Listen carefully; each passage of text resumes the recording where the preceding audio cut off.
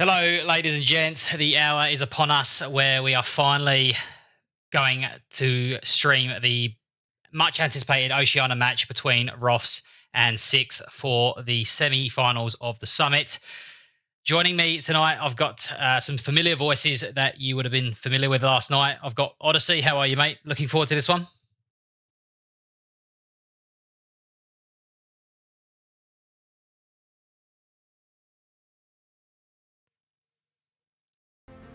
Odyssey, I do apologise again. I have a habit of doing this. I just forgot to unmute you, mate.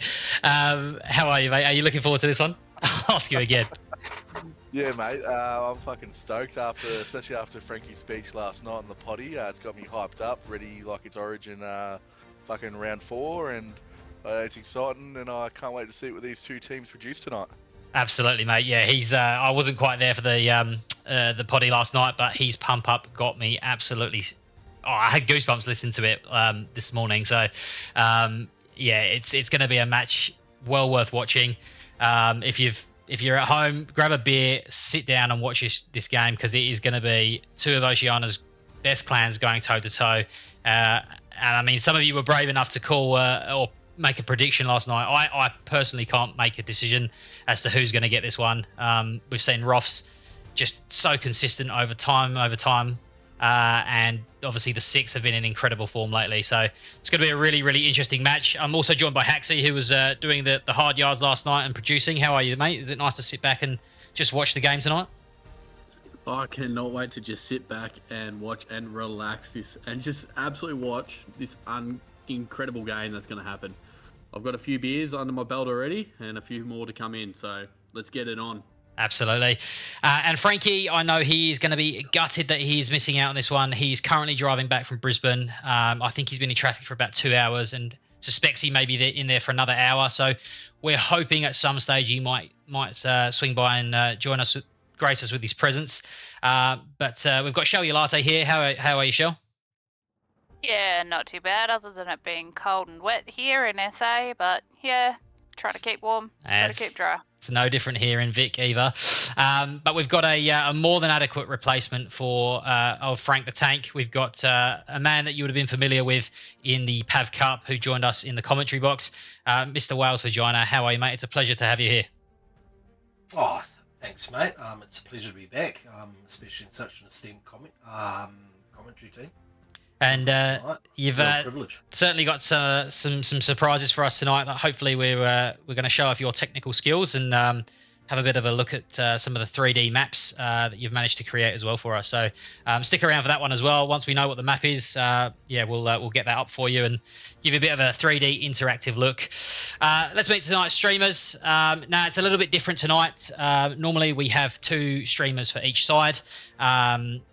However, tonight we have 3, or we were having 4 streamers for ROFS. Unfortunately, Mighty Mullet has had a power cut and he's unable to make the game. He's done it, Johnny. Yeah, I'm absolutely gutted for him. I know I was speaking to Rum earlier and he was posted up in defence, so Rum's had to sort of replace him last minute.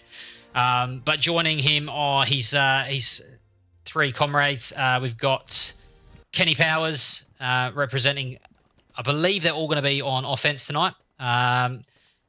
We've got the second Kenny Boy.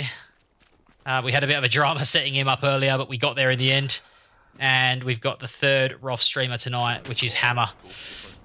Now we were hoping to get some 6 streamers on, and we had a few guys that were absolutely keen as mustard to get on, but unfortunately there was a decision made by somebody in the 6th leadership that they made the decision to not stream. So unfortunately, we will not be getting their perspective tonight. Having said that, we have invited several 6 members at the end of this game to come in for a post-match interview. So hopefully they'll join us and we'll be able to get their thoughts. But it looks like the guys are just going through their burns at the moment on Kursk. Are we going to make any early predictions for maps, Oddy? I think last night I said St. Miraglise. Yep.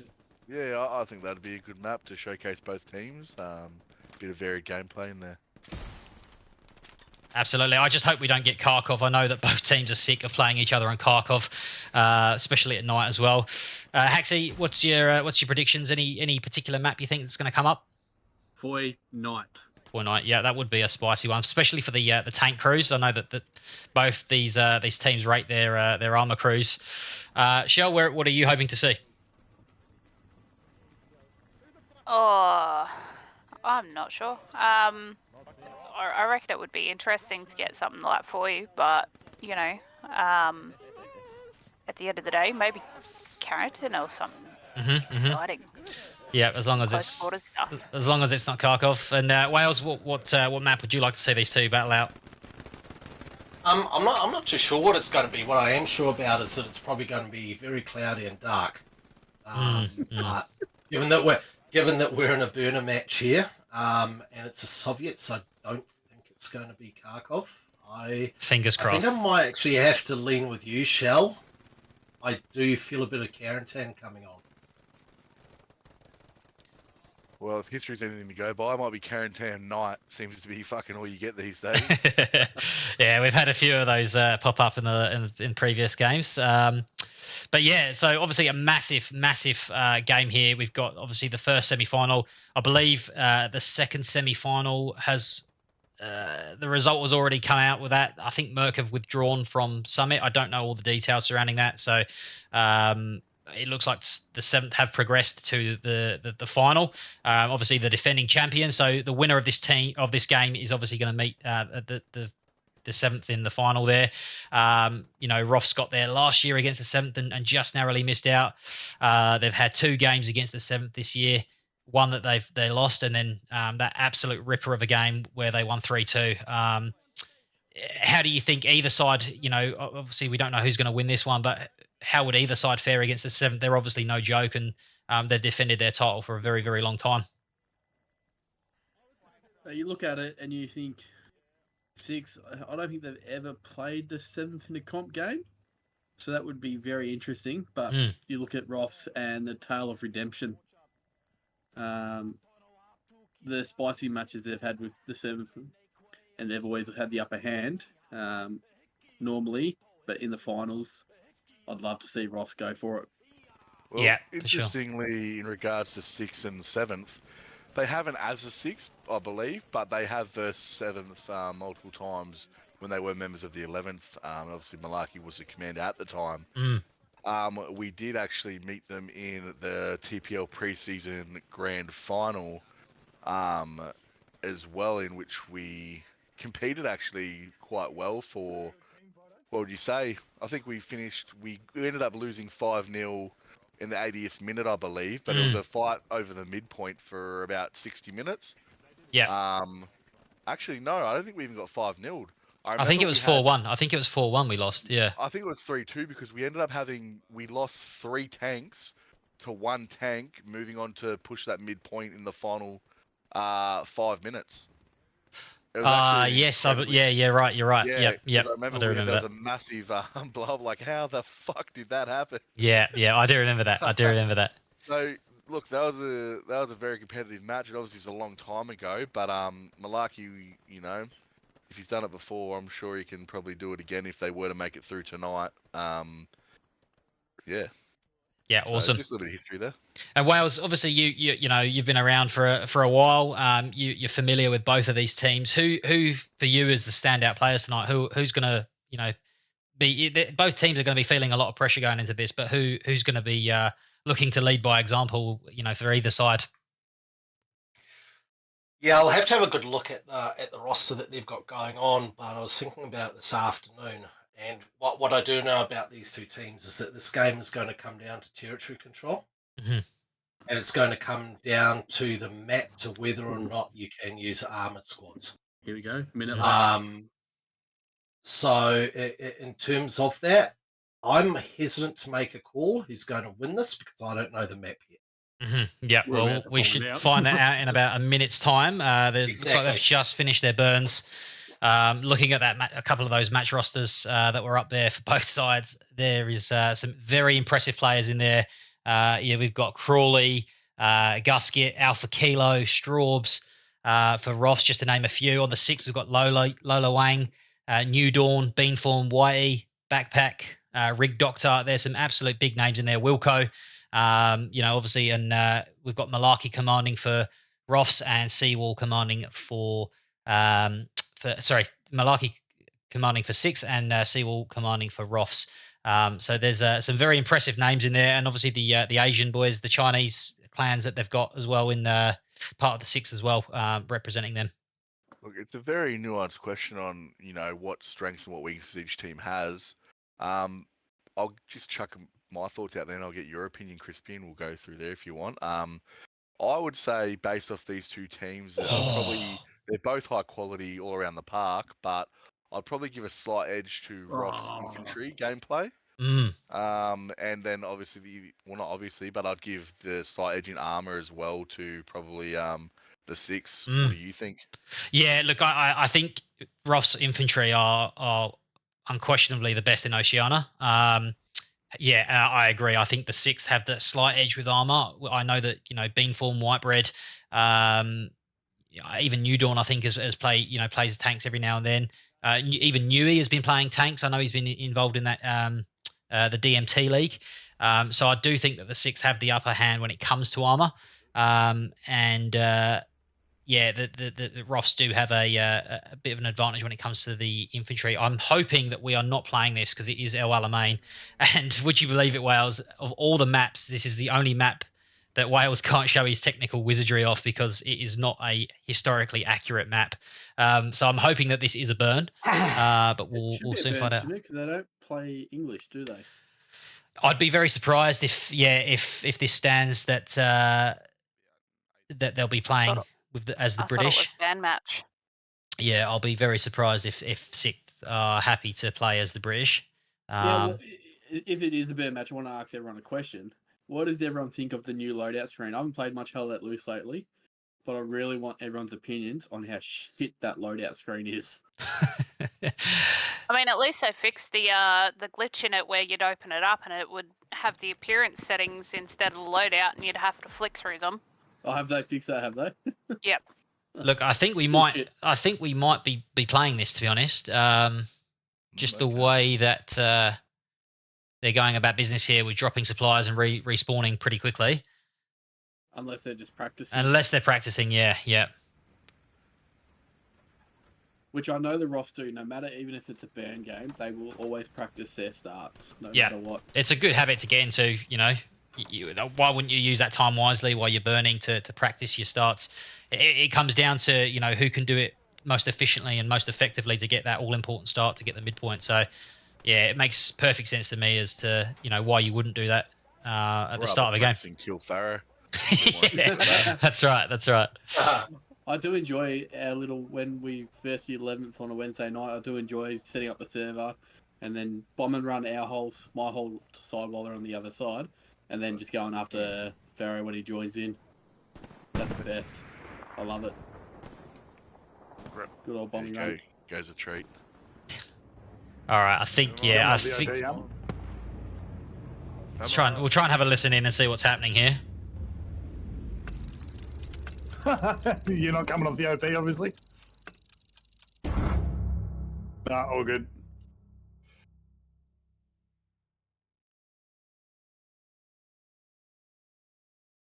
Yeah, I think we might be burning this one, boys. Doesn't look like any of them are moving with any kind of hurry at the moment. Yeah. And then we'll fucking burn it. And then we'll... There you go. There we go. Confirmation. Well, now I am actually a bit gutted about that, because when I told you about El Alamein, Crispy, I did think to myself, I better go for a plan B. And I did actually have an overlay of the original battle available. But to those who are questioning why I don't have it, the actual map that we have in game does not actually exist with the game in geographical factors. It's a map fictional. Not completely. There are points within it that relate to the battle, but they're drawn in from completely different areas. So it's not consecutive as you see it on the map itself. They're actually like one might be 50 kilometers west from the other. So it's and Hurtgen Forest actually has a similar concept. Hurtgen Forest map is actually a mashup of, I think it's 2 or 3 different points that were important during the battle. So yeah, makes it a bit hard to track or to overlay. Well, we might be on for a little bit longer now while we're having to chat about. Well, I guess it gives us more time to discuss these two teams, and while they go through the burns, hopefully we'll get another warfare straight after this one. But I dare say Hell Let Loose might do what Hell Let Loose does best and keep us waiting once this one is burnt. I'm a bit disappointed, mate. I had some fucking British accents lined up. Don't give us a British accent with your cup of tea. Mate, I can only do it when it's fucking, natural. I can't do it on the spot. It's got to just roll off the tongue, It's innit? got to flow, exactly. Yeah. No, I mean, bruv. I've got a really serious question for everyone. What is everyone's choice of drink? V, brother. The V? Oh, fuck yeah. Go get some alcohol. Fuck that. Yeah, I stupidly forgot to pour myself a drink for this one, and now I'm glued to the screen, so I'm just gonna have to get through it and dream of a gin and tonic after. Ooh, gin. Yeah, I don't mind me some gin, but I'm not tired. Fuck tonic, gin and like lemonade or something. As Shell will probably be able to attest to, I may have indulged in some gin the other night. Just a couple, hey. Yeah, a couple of roadies. So just touching on the DMT league, actually, while we've got you both here, the Six actually had a win with that today. I believe they had the final was played today, this morning. Was that right? Yeah, against the 8th. Yep. Yeah, awesome. And the Six managed to win there. How does it work? Like what's it's just I don't know much about it. You guys want to just sort of explain how that league works? I'm happy to talk in here. Obviously, I played with Nutty. We had a Oceania clan mashup that ended up. We also had Nomad in there as well. We had a Nomad crew, so it ended up being, I think it was 3 11th crews, a Nomad crew, and we did have a ROFS crew, I believe, versus ANZR, TFMC, and a 6th crew. It was an eye-opener, that's for fucking sure. Not having to worry about SATs and ATs was the greatest feeling in the world, but having to worry about fucking tanks hiding around corners was not so great. It's a lot of fun. It makes you think differently and makes you more concerned about angles and shit. So it's a whole different experience. And the rules are, you wait. You set up your nodes and stuff. You wait until the hour 15-minute mark, and away you go. And you're not allowed in their last 3 grid squares. Mm-hmm. And yeah, you just fucking guns are blazing. Pretty much, it's a whole different experience. It's crazy. Good fun though. Good fun. Yeah, I really like the concept of it. Like it gives you tankers a real opportunity to to actually get into armor battles and not have to worry about ATs running up behind you, placing SATs and. As much as Frankie was cursing me out for dragging him into it, I think he actually enjoyed it, despite his protests. How do you stop people from playing AT? Do you vote to kick, or we had a bit of trouble because we didn't have enough randoms enough people with us. I think that we need, if we continue to do Oceania based, we're gonna have to have like a set squad of just Infi that stay at HQs and Bob the Builder it or something, so that way we've got a few more. But because we actually had our Infi having to go up to protect the other points so that they didn't cap them and stuff like that, because we couldn't vote to kick them. Yeah. So is the game won by still capturing points like you would in a warfare mode still, or is it how many tanks you lose? The competition, like the comp style, is based on combat score, and I believe I think that's it. Combat score. Because obviously that equates your tank kills and stuff as well.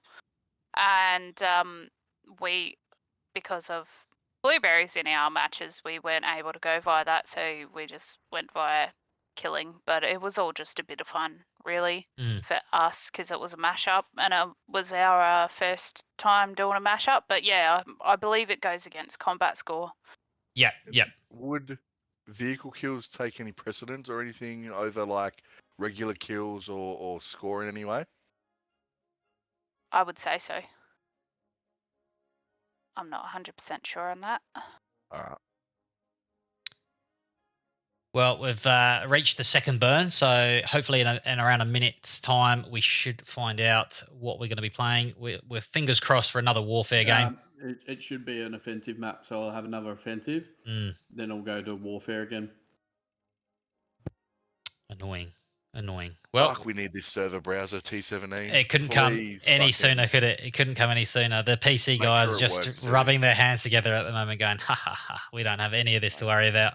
Well, But we're fucking starting at 9 PM tomorrow on a fucking for the New Zealanders. Like, yeah. Poor cunts. Yeah, it couldn't come any sooner, could it? The server browser. No. Let's have a quick look at these names. We might get a few more different names as to who's playing here. We've got a couple of names I don't recognise there for the six. A couple of new players maybe that they've picked up. The ROFS. Scharnhorst was a TFMC member, I believe, at one stage. Yeah, there's some big players in there. Digital Venom, Realist, Red Eagle was Shifty, Red Eagle. What was Doc's crew again? Red Eagle was with them. ROTC? Yeah. Yep. All right, so main fellas there. Offensive, Hertgen Forest. Hopefully this is a quick burn. I wouldn't mind a bit of Hill 400. Yeah. Good to watch some other teams fucking suffer through the pain. I think, secretly, ROFS would be thanking the hell let loose gods if they were given Hill 400. I believe that is their map of choice, if they had one. I think it just suits their infantry style very, very well. And as a tanking perspective, that would be a nightmare for the six, I imagine. I think the six are going to want to kind of play in a big open game somewhere like Foy.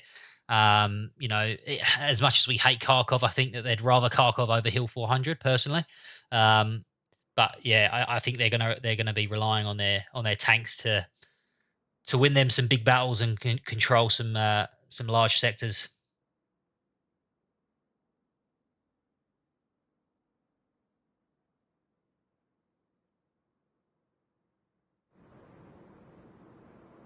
Absolutely fucking hate waiting.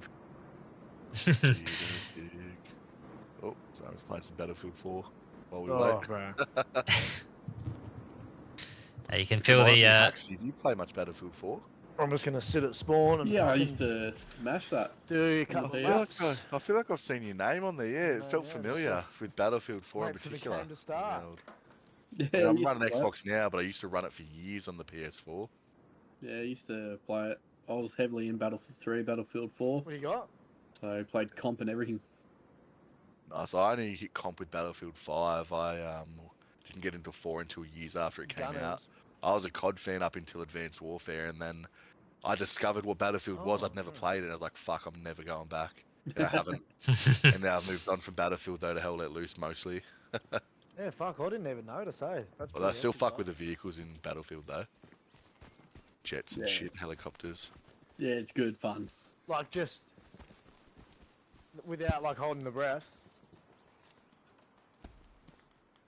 So fingers crossed, guys. We should have our next game mode up after this one. Let's just hope it's not another British map. Are they playing Russians or no Russians? I don't know the ruling on. I'm pretty sure I was reading through the summit rules the other day, and I think Russian maps are banned. Is Kaiser still in here? Yeah, he is. Fuck. I was so lucky. Kaiser. At the end of that game.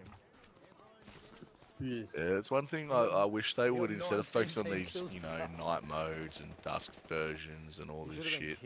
Like, it'd be nice they added in some more Russian and British maps, some really good playable ones Yeah. to be involved in comp matches and stuff.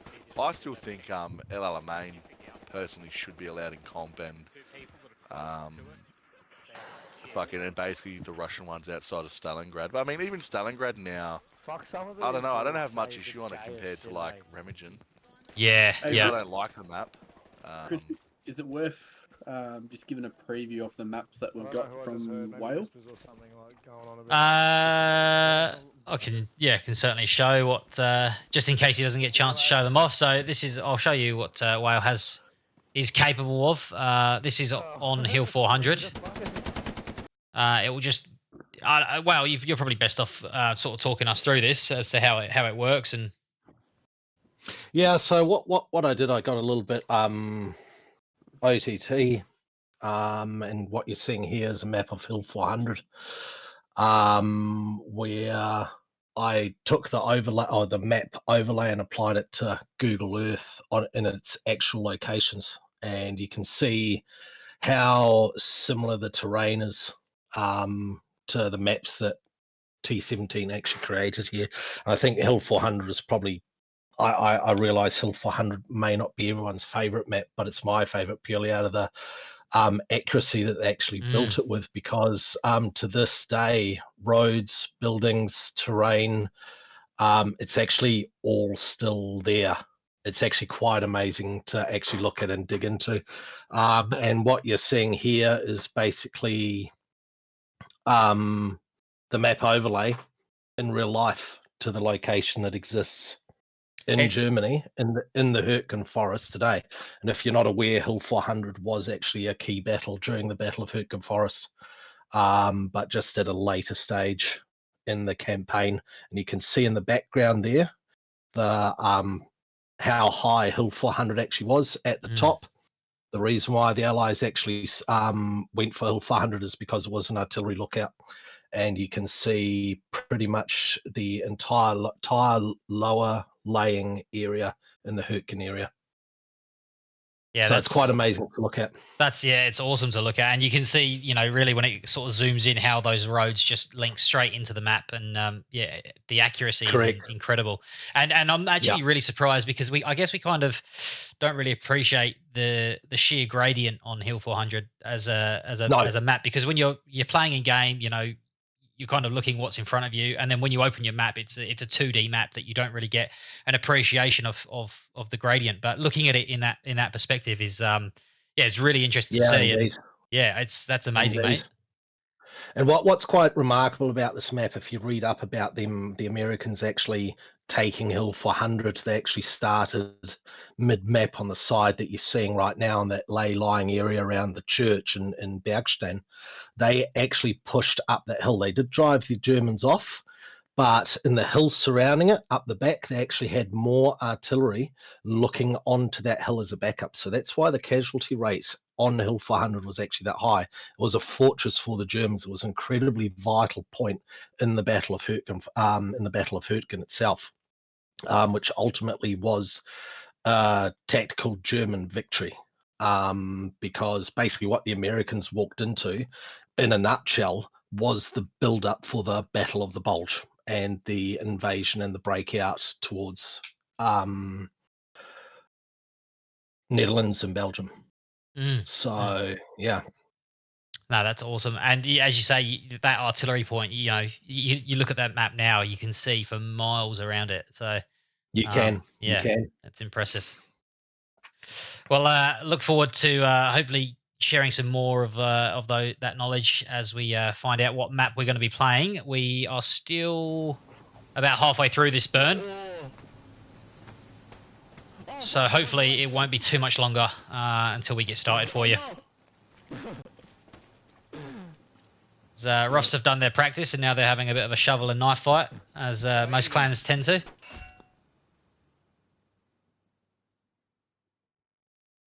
Surprised you haven't worked on your shovel skills lately, Crispy. With all the burns you've been going through. My shovel skills don't need any work. I can assure you.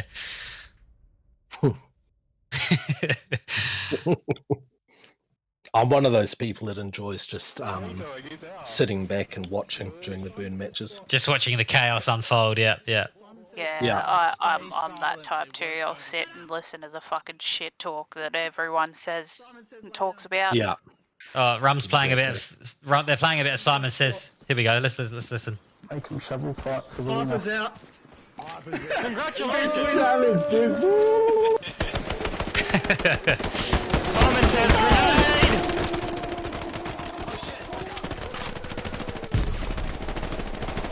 Well done, bro. Well done.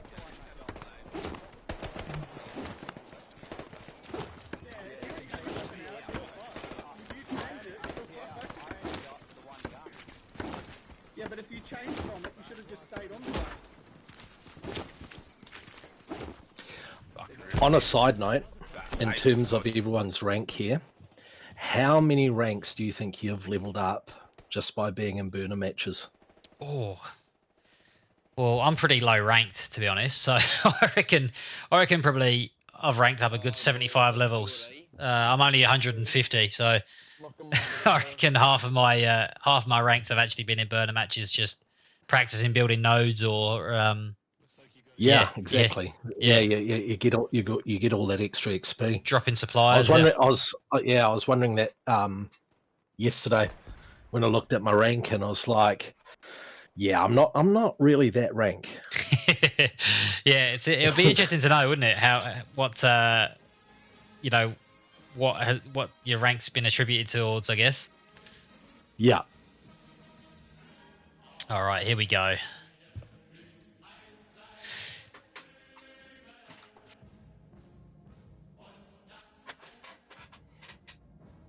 Anyone got a guess? There's a German map. I don't think there'll be another German map.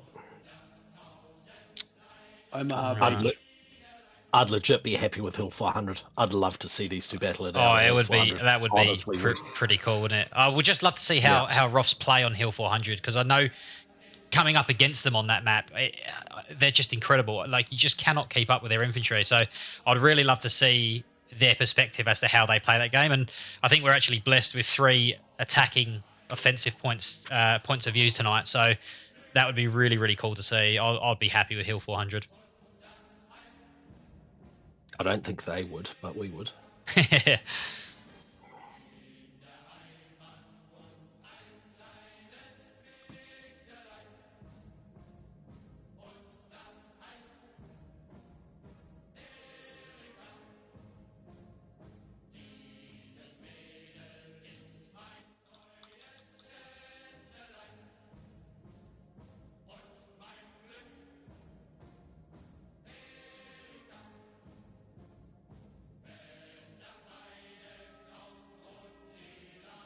All right, here we go. What have we got? Oh, here we go. Oh, you have to be kidding me. You have to be kidding me. Surely not. See, I'm actually a bit puzzled to why we play Kharkov but not Kursk. Are they playing Kharkov? No, they're playing Kursk. I don't know if they'll be playing this, because I think the Russian maps are banned from what I read in the summit rules. So they're playing this? I don't think they will be. Shame. This would allow the strength of both teams, really. It really would. Yeah. Exactly. We'll see. We'll try and listen in. Maybe like burning. Hi, Kenny. Yep, just confirmed that they're burning.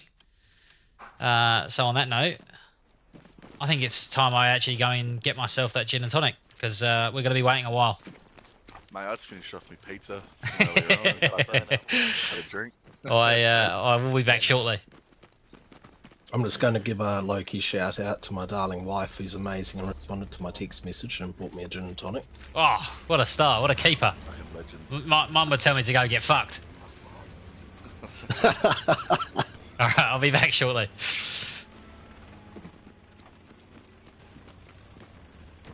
In all honesty, I'm just going to show her the recording of this, just to remind her how much I do appreciate it. Aw, cute. I know, right?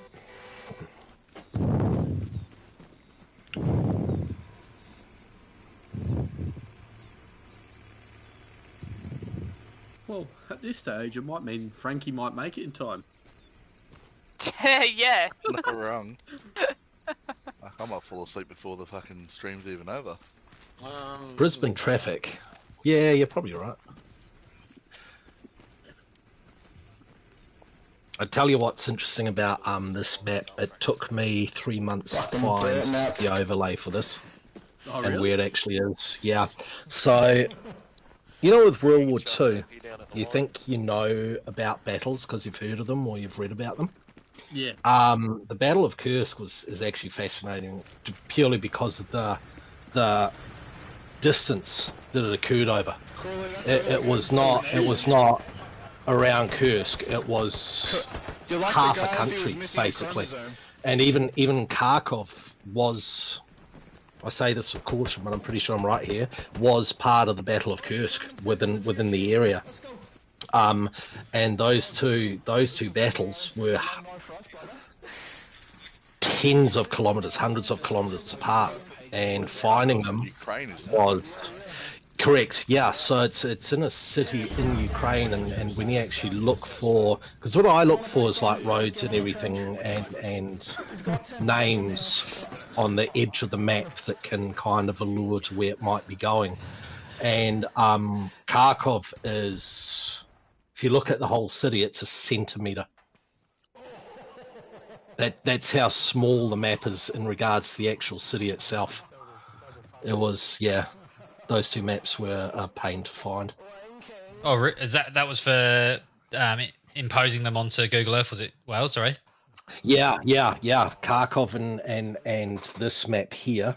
This map here was just insanely hard because it's in the middle of nowhere, quite literally, and there's not really any landmarks that you can make out that identify the area anymore. You can only go. The only way I found it is because of the last 3 points in the way that the roads branch off, and I managed to move those into position where they actually vaguely match, and everything in between is the battlefield that they created. Have you had a crack at the new one coming in yet? Fuck, what was That the name is, of that again? I have, Crack at finding them. yeah, I have matched it up, and it is actually incredibly similar. The only disappointing thing about it is that urban sprawl affects a lot of the maps. So Carentan, Purple Heart Lane, Mortain, a lot of those areas aren't what they are in our in-game maps anymore because the urban sprawl is just the cities have grown. So probably one a good example is anyone who's watched Band of Brothers, the Battle of Bloody Gulch, I think it was called, where they're in that hedgerow and they're fighting all those tanks, and Blythe shoots that bloke with a Edelweiss on him. Sign of a true soldier. Yeah, that's a supermarket car park now. Hell yeah. Wow. So a lot changes, so it makes it really quite difficult to really sort of narrow in on it. The good news is it's part of Carentan, but even that infamous Cafe Normandy, it does exist in real life, but it's no longer on the outskirts of Carentan. It's what you'd probably consider in the city now. I remember, speaking of that new map, I was looking at Google Earth myself for quite a bit back when they first released the information about it, and I could not find, or I could not definitively find exactly the ridge they were talking about. There was, because based on where they said it was, there was a few different areas that could meet the location, but it didn't look like anything like the map. Now, obviously, you know, it's 70 years ago, 80 years ago, so it would have looked a bit different. But it's very hard to tell based on they said it was a boomerang shape as well. You know, keep in mind it probably wouldn't be a perfect boomerang. It's very hard for me to find the exact spot. And because as well, the Google Earth that I was using for whatever reason the 3D projection was pretty shit compared to, like, your one was fucking phenomenal that I just seen on that overlay. Like, the 3D projection on mine was like, it was not showing, unless it was like quite a substantial difference in elevation, it was not showing much. Yeah, what I use is it's still in the beta trial through Google, Right. and I managed to TNAS myself into it through work. Very nice. Long story short, but yeah, it's the 3D rendering within that is a little bit better than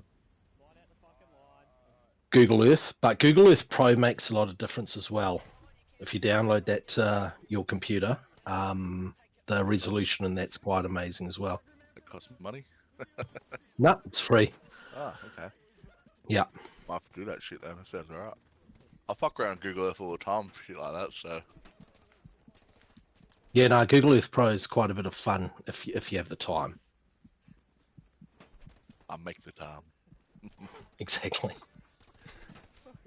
But yeah, I think at the same time, there's a certain thing about battlefields where the reputation precedes it. So I can't remember the name of the movie anymore. On Okinawa, he was conscientious objector. Oh, in Hacksaw And Ridge, was it in the movie Hacksaw Ridge? Hacksaw Ridge. Yeah, Yeah, that's right, Hacksaw Ridge. So you actually look up the actual Hacksaw Ridge, and it's actually a tiny area.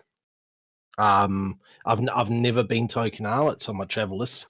They have great beer there. But you actually look at the greater meaning of the area itself, and you look at the movie and the reputation about the battle. It's actually tiny. It's not even 400 meters long, from what I can tell on Google Earth. But when you watch the movie, of course, it's the center of the battle and all that kind of stuff, and you can't really make out the size of it. So I think that plays a part as well when you're actually looking for those locations. We're actually wanting to read up and find out where it was and trying to find on Google Earth and everything. A lot of it is in a very small area. How are these guys going on this burn? Oh yeah, there we go. They're coming up to the last point now, so we're going to have another offensive mode after this, aren't we? Yeah, we are. This is warfare.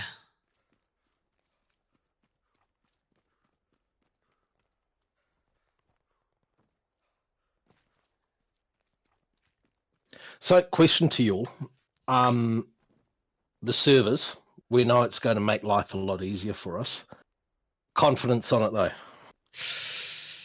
Yeah, I mean, let's. How do we feel?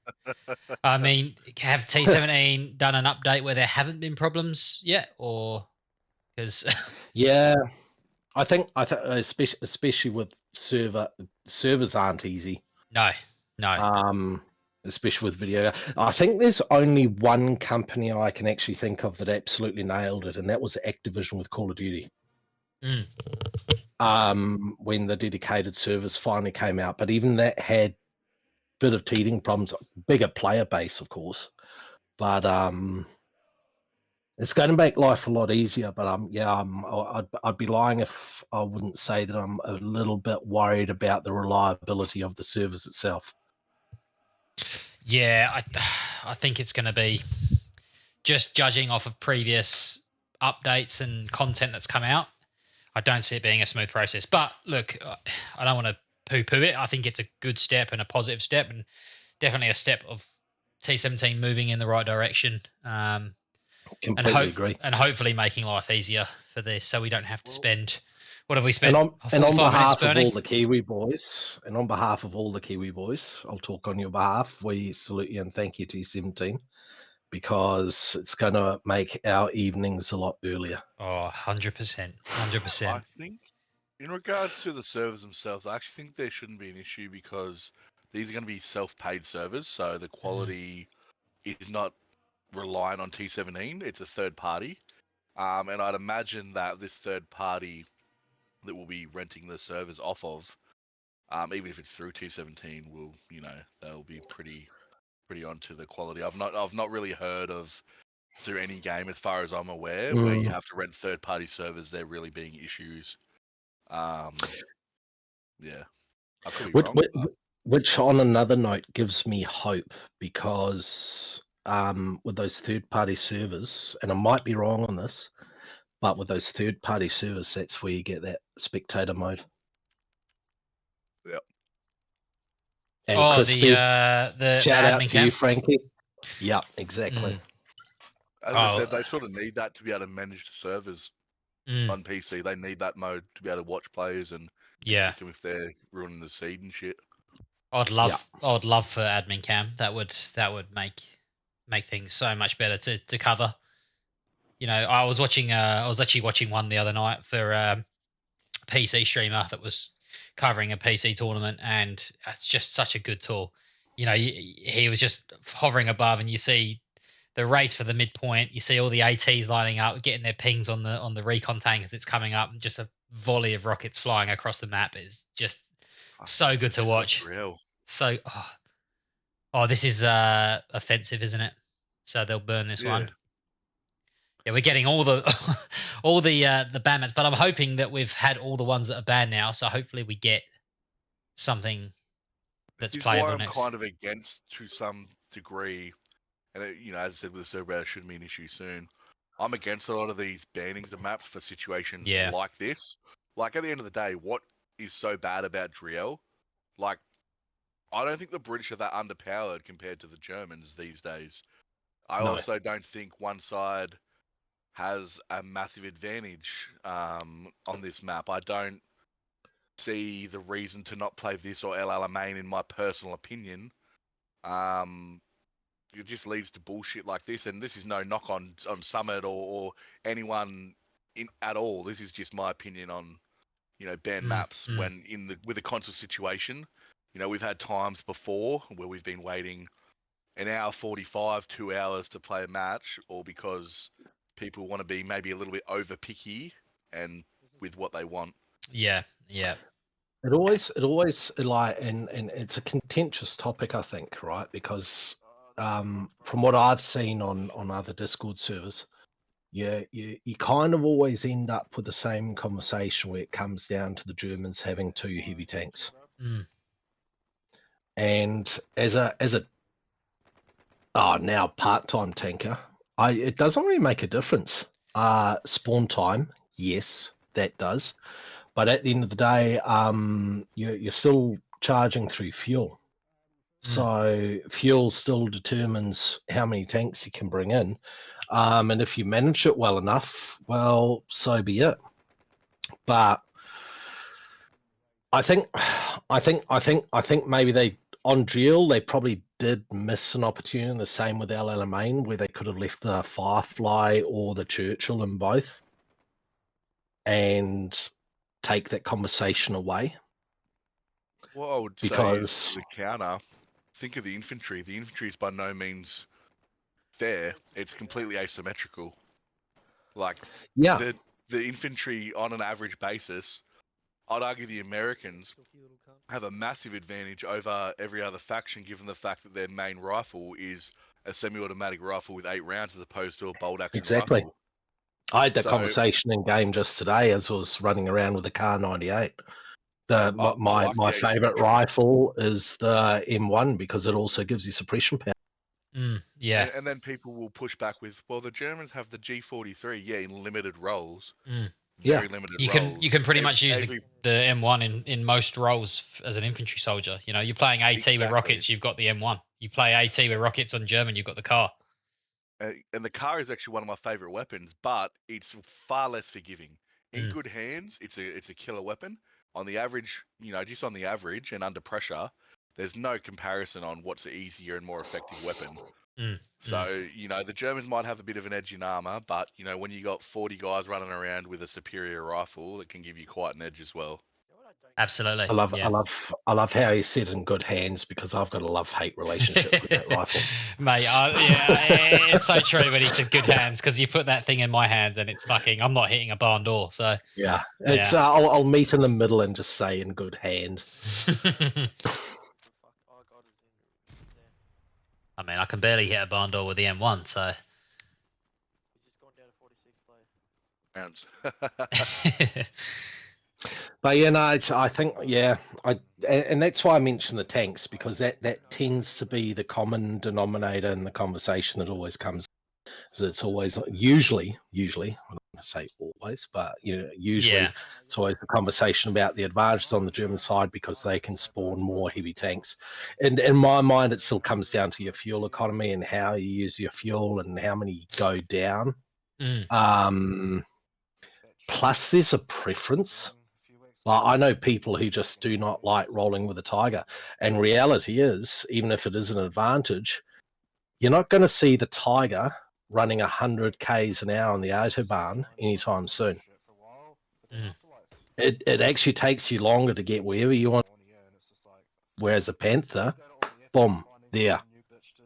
So, is it as you said, balanced? In my mind, it kind of is. and the Panther You have your can currently be payoffs. penetrated from even the Stuart on the Panther. So it's not. It's Exactly. It's got that By a medium. asymmetry again. It's Completely right. You're completely it's right. fast, but it's not as heavily armored as that Tiger, which is Yeah. good. I like that. Give them some points of difference. No, I completely agree. I do understand people's passion about their opinion, though. I do get it, but I do think there's a lot more under the surface that people need to think about before that opinion is actually fully reached. Because as you said, we are burning maps for the sake of burning maps. But then again, in a couple of months, we won't be talking about this anymore, I don't think. A quick question for you, actually, and this is not just for you, Wales, but I'd like to hear your opinion on it as a tanker, but we get shells and everyone's as well. Fact that the Tiger, obviously having a larger gun, has a larger round, a heavier round. And we've seen a bit of this sort of before with the Panther when it had the 6-second reload speed. Would you be happy with a system where the reload speed was based on the size of the gun on the tank, given the round correlates and the weight correlates directly with that, and then also it would have some effect on the penetration to a degree, but maybe doesn't have to be that much considering the reload difference that would be available. Obviously you have a slight penetration advantage in the Tiger because you're going to be reloading slower. Do you think that's something that could be implemented, or just keep as is? I can't. I have to say this. I think that was a very private question. Nah, I'm joking. Sorry, do we need to leave? No, look, I think my outright answer to that is it comes back to the origins of this game and why we enjoy this game. And for me, one of the things is that it is actually pretty accurate historically. So I wouldn't want to shy away from the actual stats that those tanks actually put out, right? That's just me. Others will have a different opinion. I'm absolutely fine with that. We all play this game for different reasons, right? But that's one of the reasons I enjoy it. Like, that's one of the reasons I bloody geek out and put bloody map overlays on there, so so yeah, that's just me. Shell, you? Sorry, I'm just stuffing my face at the moment. Yeah, I definitely think that one of the positives about this game and like the maps and everything is definitely I'm in agreement in the fact that it's historically accurate. Like, that's one of the things that I geeked out over when I first started learning about this game, was the fact that, El Alamein was historically accurate. Mortain, when I watched the dev streams about that, about how historically accurate it was and how all the work that went into that. And I think that to continue, being with that historically accurate, not making, things seem more overpowered than they actually were back in the day. So, like, every side's got its positives and its negatives. So, keeping with that, and yeah. Yeah, I agree there. I completely agree. One of the worst things, and I think most of us have been through this, but how painful is dog green on Omaha? Oh, yeah. Yeah, and But do you know it's- why that is? But it's Because it's that realistic. was Yeah. the location of the highest casualties Yeah. in on the beach landings. And So- for me, it's about immersion as well. You know, like I play Yeah. these games because they're immersive, and you feel, you know, you want to kind of experience. I mean, and you'd never experience it through a video game as to what it would have really been like.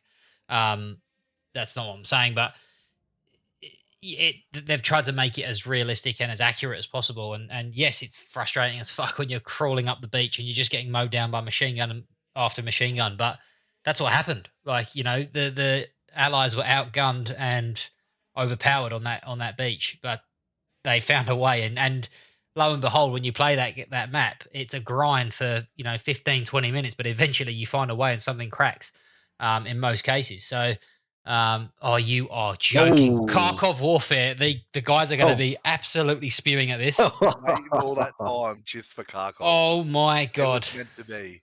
It's day as well. So I know that the first time they played each other in the Pav Cup, it was at night. I don't know when they played the second time whether it was day or night. Do you recall that, Oddy? They said night again. Yeah. Yeah. So this is the exact same. Are they playing this or not? They will be. I think they will be. Let's listen in. If they decide to burn again, I don't know if I can actually stick around. Honestly. Well, we've been. Fuck my green chat. No, I think they're playing. Yeah, it seems like he seemed pretty panicked down his green chat. Yeah. Yeah, we're on here. We're on here. Here we go then. All right, semi-finals of the summit are underway. Would you believe it? 6 versus ROFS. Kharkov again. Yeah, there must be somebody that hates both these teams and keeps punishing them with these maps. Yeah. I am just going to put out an official apology to both teams because I think I'm the common denominator in this, because the last time I commentated was these two teams on Kharkov. So, sorry lads. Yeah. Do you have a map overlay for Kharkov? I do, so just let me work on this. I'll probably be about 15 minutes and I'll let you know when it's ready. Sounds good, mate. While you're working on that, we'll watch as they race to the start, and Kenny Boy has got the truck stuck, it looks like here, so that's a bad start for ROFS. They've dumped the transport truck there. Let me try. Looks like they're going to have to go on foot, which is not a good start for the boys. Oh, good. That's rough. Let's cross over to... Oh, Hammer has dropped out. We've had a couple of boys crash. Hillsy did just put in our Lads That Lose Discord chat that ROFS have lost 8 boys due to connection issues. I think Hammer would have been one of them as his stream stopped. So we've got we've got Kenny Powers, just the 2 Kenny boys here. We've got Kenny Boy and Kenny Powers. If Hammer dropped out, but Kenny Powers and Kenny Boy are still on for us, so we'll keep an eye on Hammer and hopefully we'll be able to get him back. Yep. That's not an ideal start. No point.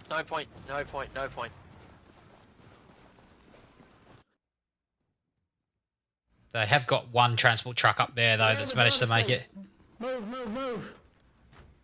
Do not get in the truck until I'm in. Do not get in the truck until I'm in, boys. Just wait.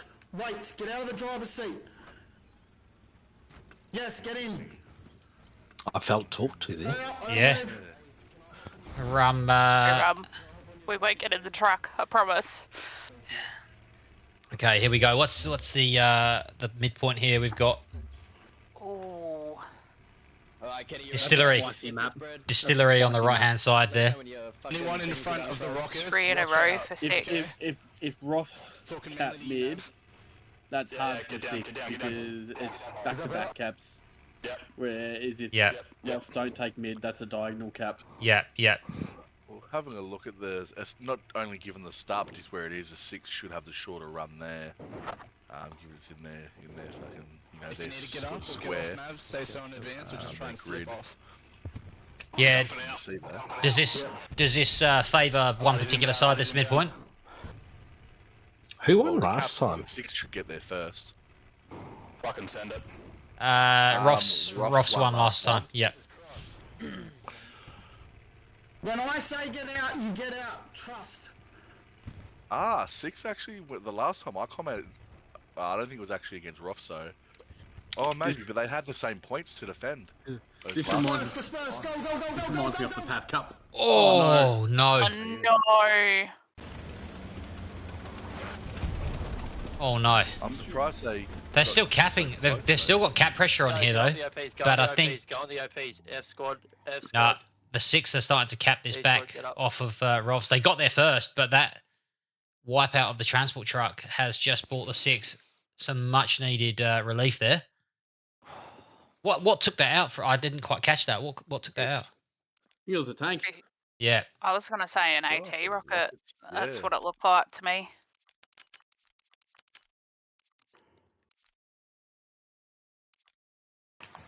Just working on... That's a good push, though. That's a very good push. Just working on getting Hammer back. We should have him back very shortly, and we'll get that third perspective back up. We lost OP. They've lost their OP. Yeah, look at that. That is a phenomenal start by the 6. They have put so much pressure on that. It didn't help with the transport truck getting stuck at the start, but that is probably one of the worst starts we've seen ROFS get off to. Fucking streamer's curse, eh? This is fucked. Yeah, and you can hear Kenny Boy there saying it's fucked. They know that they've had a rough start, but we've seen them come back from from poor starts and get together, and I think their command chat often stays very, very calm. Although having heard Rum there, it was he was pretty agitated at times there. Here comes the IE. I'm not even gonna bother putting down an OP because we're not even gonna get to the cap. It looks like they're going to accept the loss here on this midpoint cap. Which makes me wonder if they've preempted building defensive garage. I didn't see any up on the last. That's fucking really poor from us. Really fucking poor. They've got those 2 blue red zone Garys, and they've got supply come down on the other point at the moment. Yeah, the 6 move fast. Lobby could already be behind. They're ready to go. Yeah.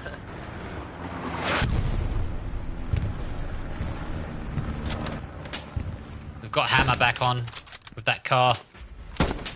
Good shot. Great shot that was. So 7 minutes in, and the 6 get the first cap on the midpoint. How vital of a push was that from them? As you said, Hacks, they had back-to-back caps there. They really needed that cap for the midpoint. Oh, 100%. They need to take that mid.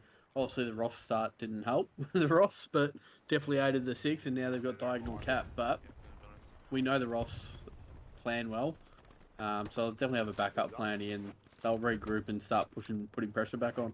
Absolutely, and they certainly won't panic. ROFS, as I said, they're quite a composed side, and I think they'll know what they'll need to do here and regroup and think about it strategically.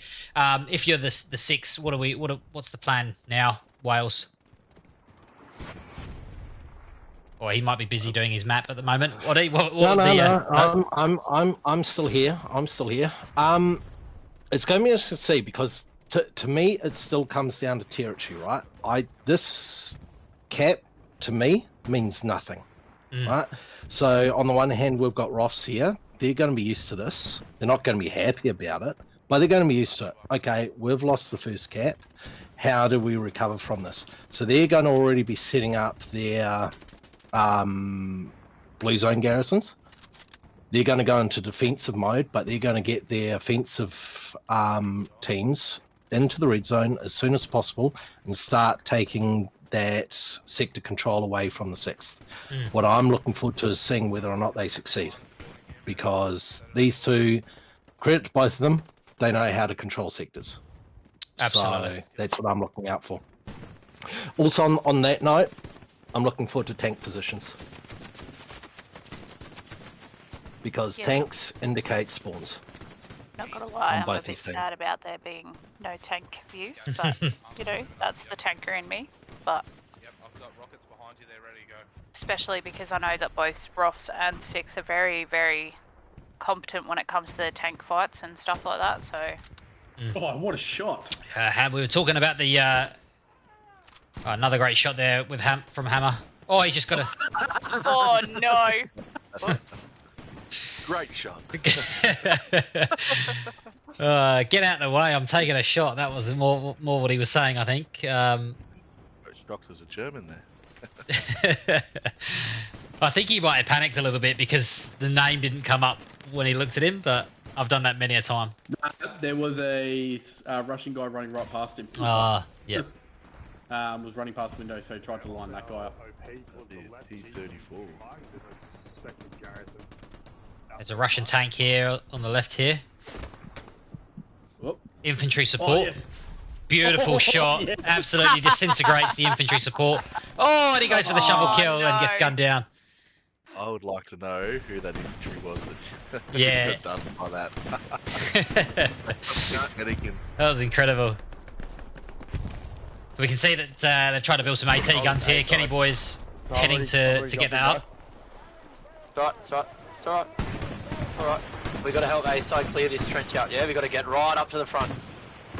Yeah. We gotta push these guns right off our front door. Moving OP. 19 seconds. So much confidence in Crawley when he's talking. I do have to admit, when he plays and takes it seriously, he's a damn good fucking player. And he's very calm, collected, and communicates very well. Yo, boys, I'm trying to get back in. I think the game's full. You need to kick someone. Nice work there by Kingsley. Hammer just tried to get a shot on the AT there. We had a bit of a shovel and knife fight, which I just can you hear me? missed. Yeah. Here there that still Tell we're them not, they need to kick someone. The game's full. I'm trying to get back in. we haven't got a full ROFS team here. Thank you. Thank you. Shit, this went. Blueberry, of course. Bro, so many people dropped out. Like, fucking everyone dropped out. That is not ideal as well.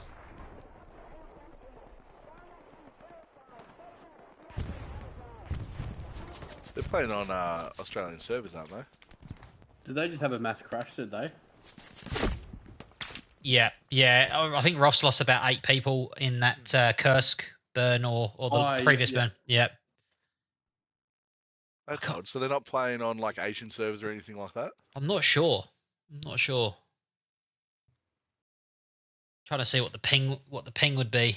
See if we can get an idea of. I think I've seen a fair few 80s and 60s, which would indicate Australia. It's just weird to have so many people drop out. Like it happens, but it's rare. No, that's fine. Go off the Gary. Fuck BOP. Is it? Looks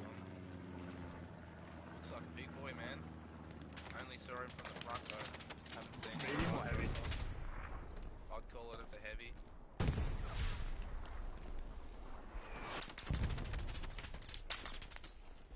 So it looks like the 6 have got a heavy armor presence up at the moment, which we suspected, and this map would certainly be suiting that for them.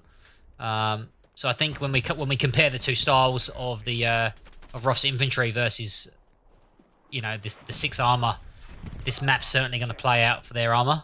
But having said that, the 6th infantry are certainly putting up a fight at the moment.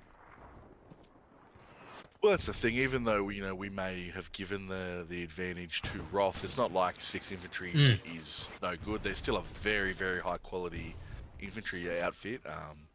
Which if you don't have to always be the best. You can get the advantage on a given day and a given map.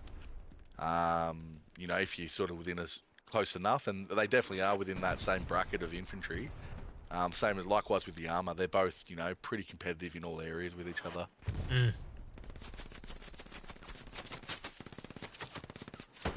Then shifted weight onto attack, so if we keep attacking and keep pushing up, we went contested pretty quick. The voice of Alpha Kilo there. Oh, he's a great man, isn't he? He is an absolute legend. The use of houses is interesting. It's something that I know the 11th ourselves we lack a lot at times.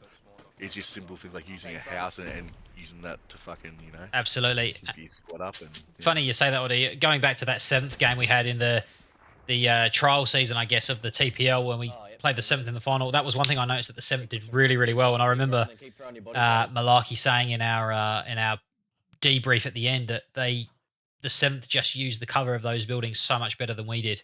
And I think that that ultimately allowed them to control that middle point for so long. So the use of buildings and cover is so important. Which, it's really one of a very basic thing, but as said, more often than not, the basics are what win games. Absolutely. Do those well, and then the individual skill and brilliance can shine. But it's not going to matter if you don't have the basics down packed.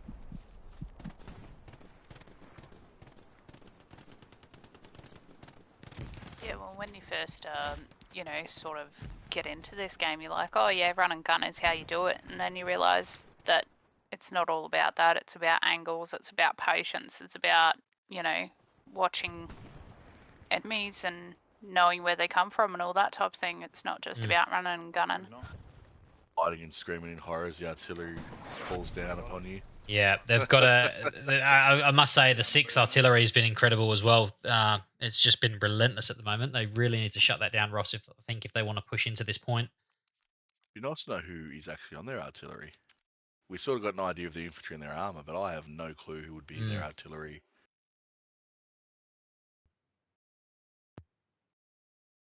I think Backpack might be on their artillery. I'm not sure. Backpack, I would be very surprised given his prowess as a shot.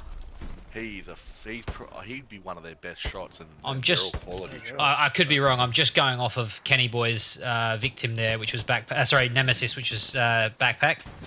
They pushed up. And he seems to have died more from artillery, so potentially it could be Backpack. But as you said, it could just be Backpack being a crack shot, as we know he is.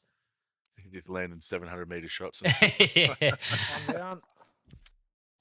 Look back to Kenny Powers. I'm getting the two Kennys mixed up here. We've got Kenny Powers and Kenny Boy. Hammer is back as well. A few of those OPs on the front door lighting up for ROFS. But they've got good garrison placement. Very good garrison placement, and they're secure in their fourth point at the moment.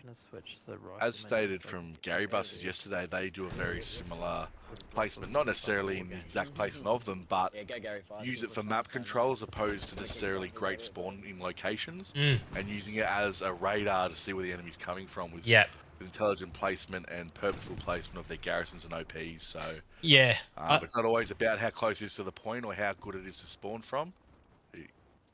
I think it's a good idea to have those garrisons, as you said, as radar beacons, and then have your OPs around it. So you've still got spawns around that garrison if it locks out, so you can respond to that sector quickly. We'll drop over to the map here and get a bit of a closer look at the garrison placement. Just as they spawn back in. Typical.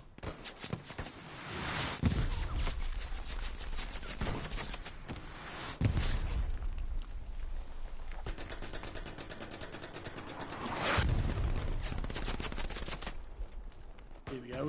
They're starting to contest it. Yeah, they're capping. They've just got to grind it. It's just going to be a grind. Front door pressure and relentless front door pressure will win the game for them. Yeah, they're contesting the point here.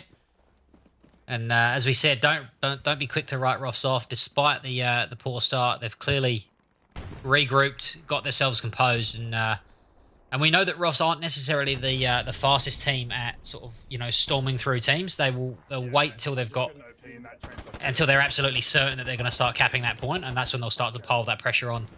We certainly saw that in the PAV Cup. That they control the game at a very slow pace and move in when they know that they're in control.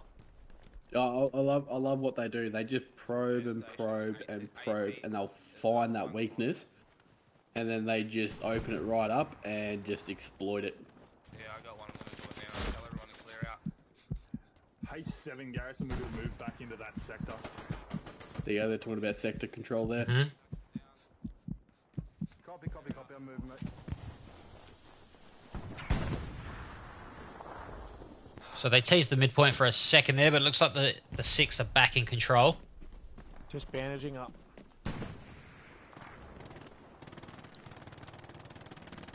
Oh, there we go. Thank fuck someone else can get an MG up. Good shot.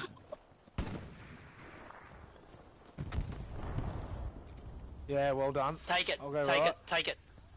Yeah, it's ours.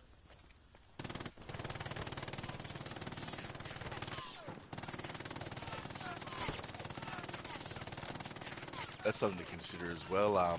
You know, obviously the 6 planes are Russians. They are at a bit of a disadvantage, arguably, with the weapons.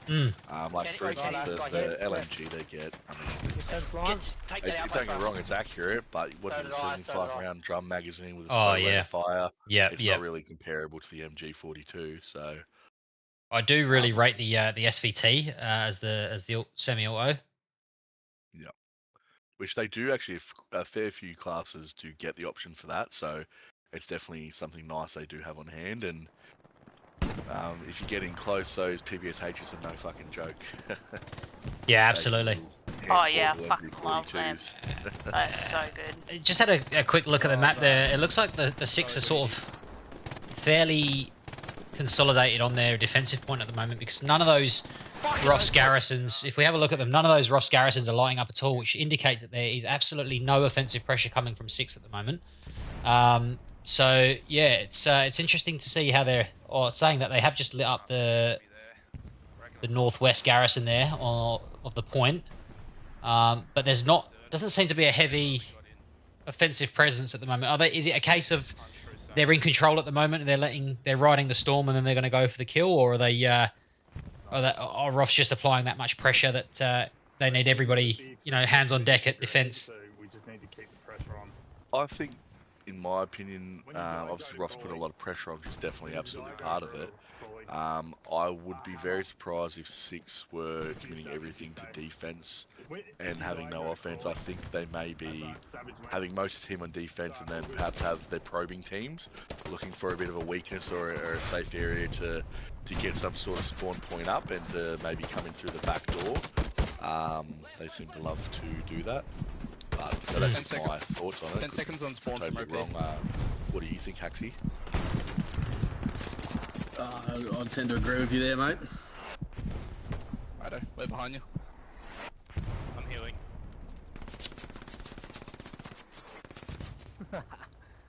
Get in there then. Just watching this. Moving well as a squad, aren't they? Look at them all together. I was about to say that they are moving, and from what I can hear in the talk, Watch out, they like hiding in very, those fucking houses. they're very synchronised here. They are talking, letting them know everyone what's going on.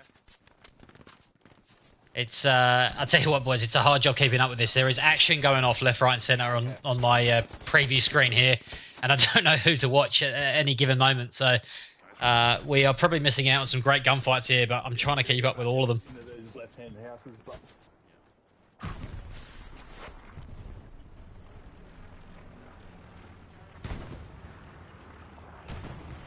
Sneaky Saudi on the building. Love There we go. Yep. Special. Garrison takedown. Oh, Garrison. Oh, that's all right. The Sati will get that. The Sati should get that.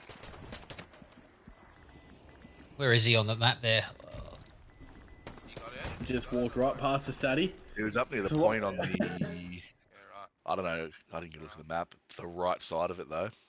If I ever see someone lying down next to a Sati, a garrison, the first thing I do is check for a fucking Sati. It's always...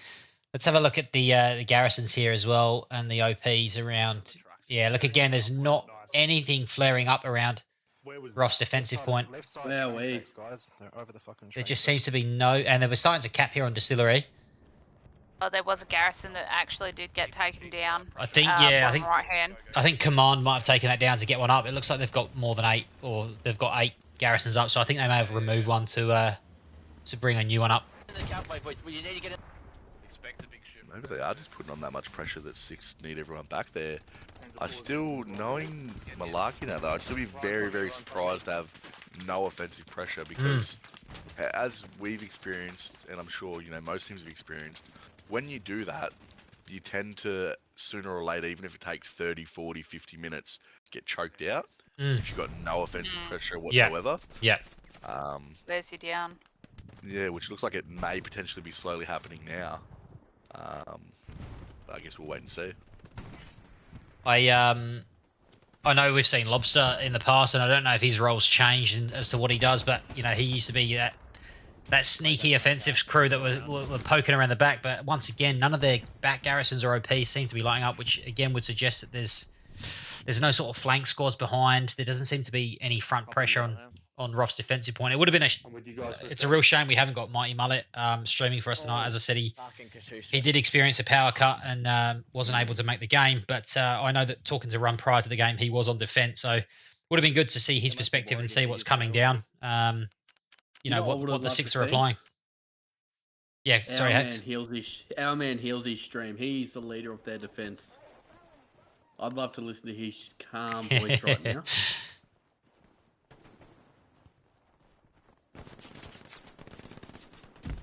There's a nice OP up there as well for Hammer. You can see on that that offensive point. Looks like they're slowly creeping up, just applying that front pressure.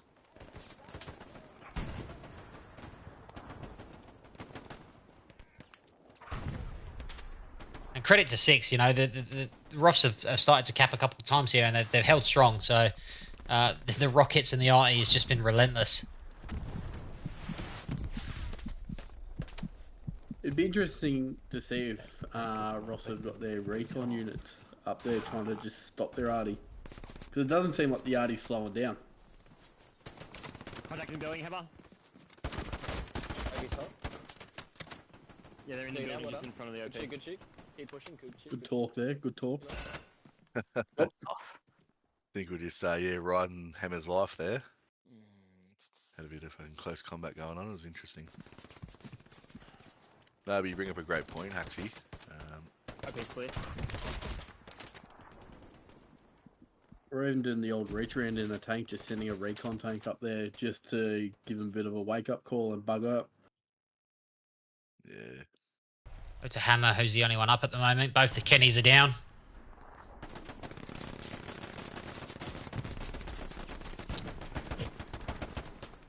Tell you one weapon the Soviets have got though, which is which kind of makes up for that that lack in MG is the PPSH. The rate of fire on that thing is insane, and we've seen Nui do some absolute damage with it in the Pav Cup. Front right, that's hitting us. Yeah.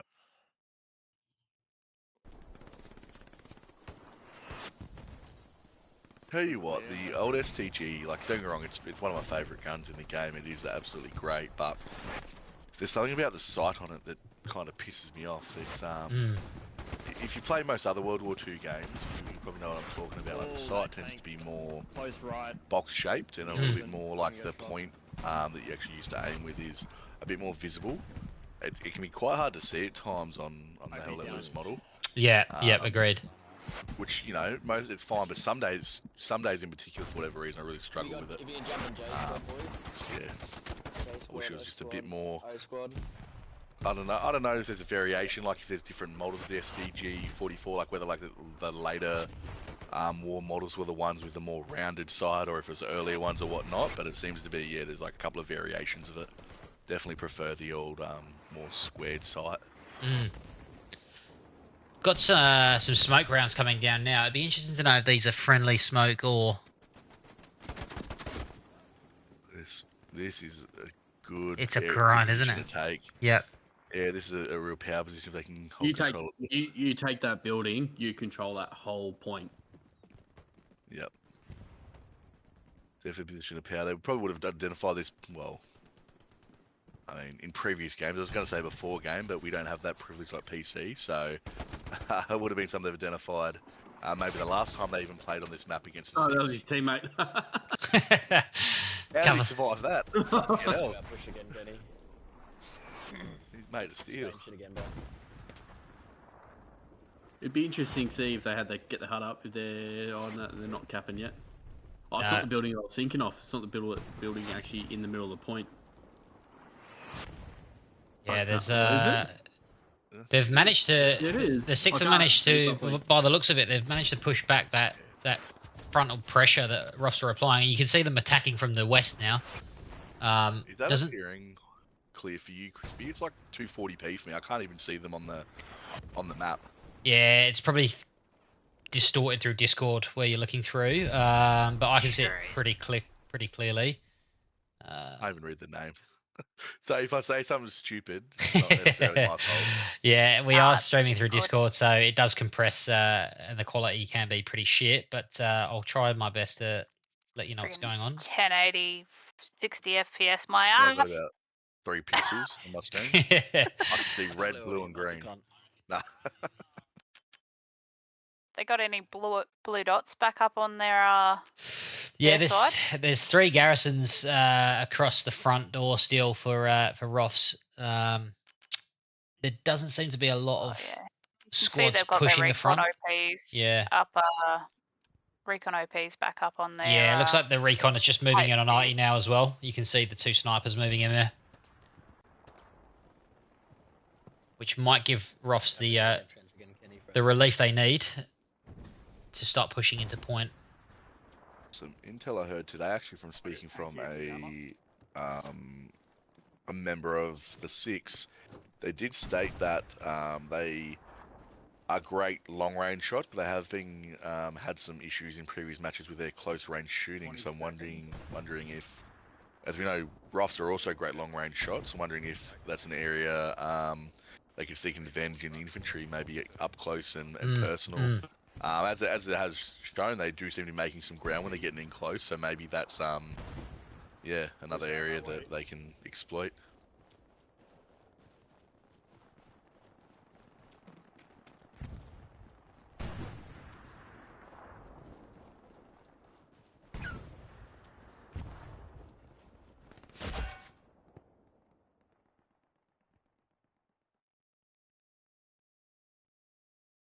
How are you going on the map there, Wales? Yeah, it's slowly coming together. Studios is still in beta, so it tends to be a bit temperamental here and there. So it's just me passively threatening it while I'm on mute. But we're slowly getting there. Nice. Well, we're approaching the hour mark, so hopefully Wales will have some map graphics open shortly, and we'll be able to take a bit of a flyover and have a look at the map from a bird's eye perspective. But in the meantime, it's certainly not short of action. At the moment, I've been told 10 minutes for it all to render, so... Perfect. Plenty of time. Yeah. It's a lot of frames to go through, but that's okay. I'll tell you what, Frankie will be kicking himself when he watches this one back, because it is absolutely living up to expectations, that's for sure.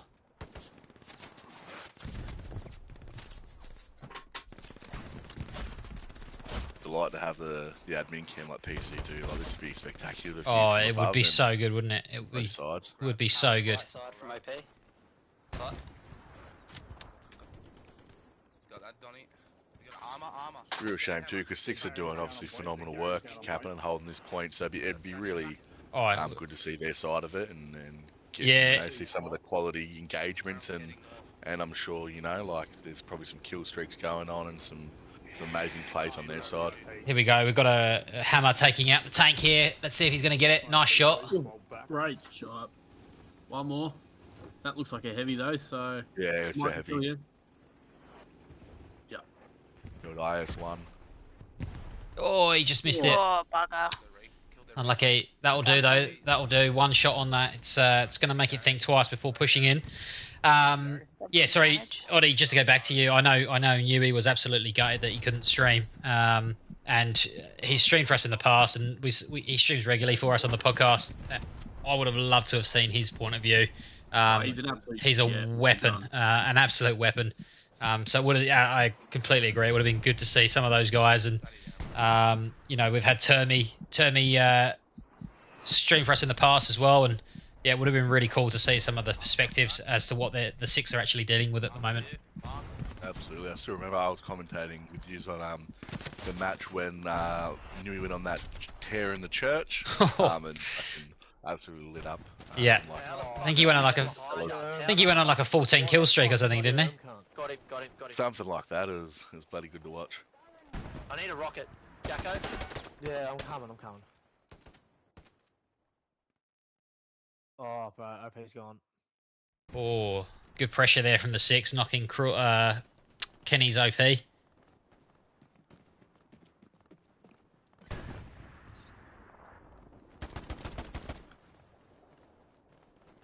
think yesterday as well, I did predict a 4-1 win for 6. I should state that that was just a feeling off the cuff, but I did sort of feel as though if it did happen to be a late one.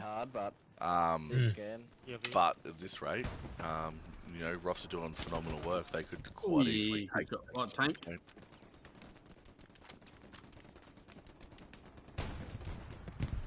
Oh, the tank right there was the heavy. Yeah. Nice, bro.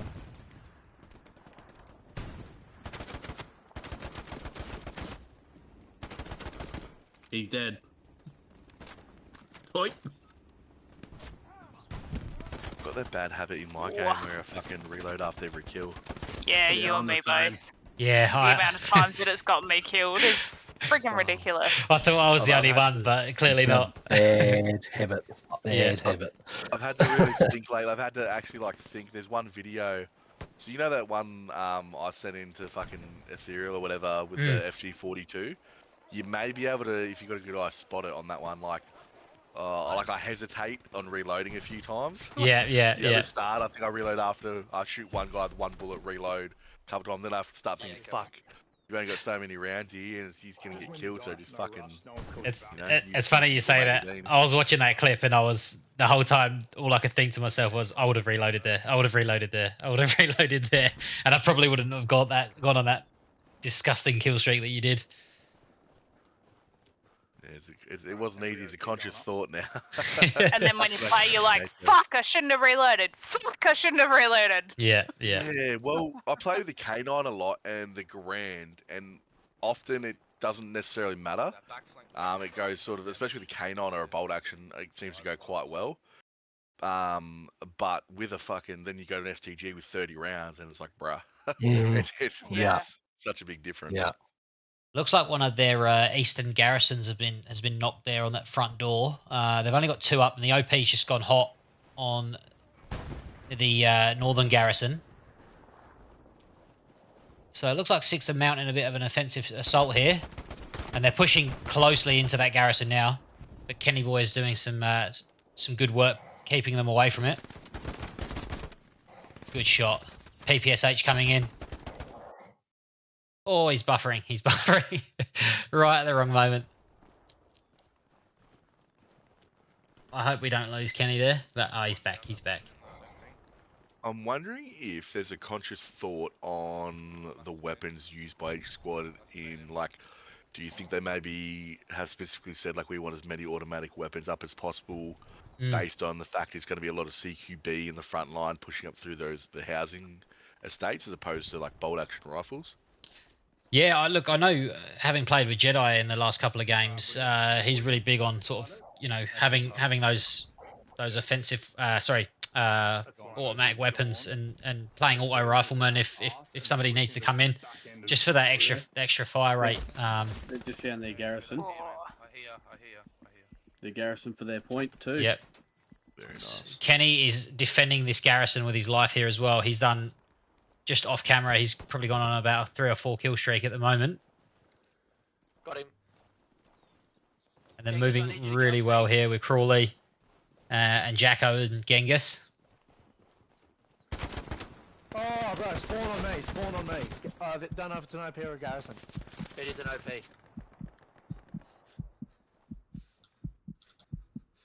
While everyone's bandaged up, I'm getting a beer.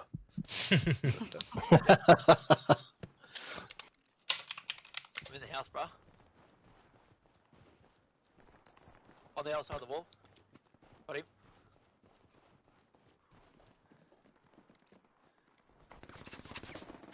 Left. Oh, beautiful shot from Kenny there. He's There's nothing quite like a sneaky push through the grey zone when you can. Right on the blue. Ping it.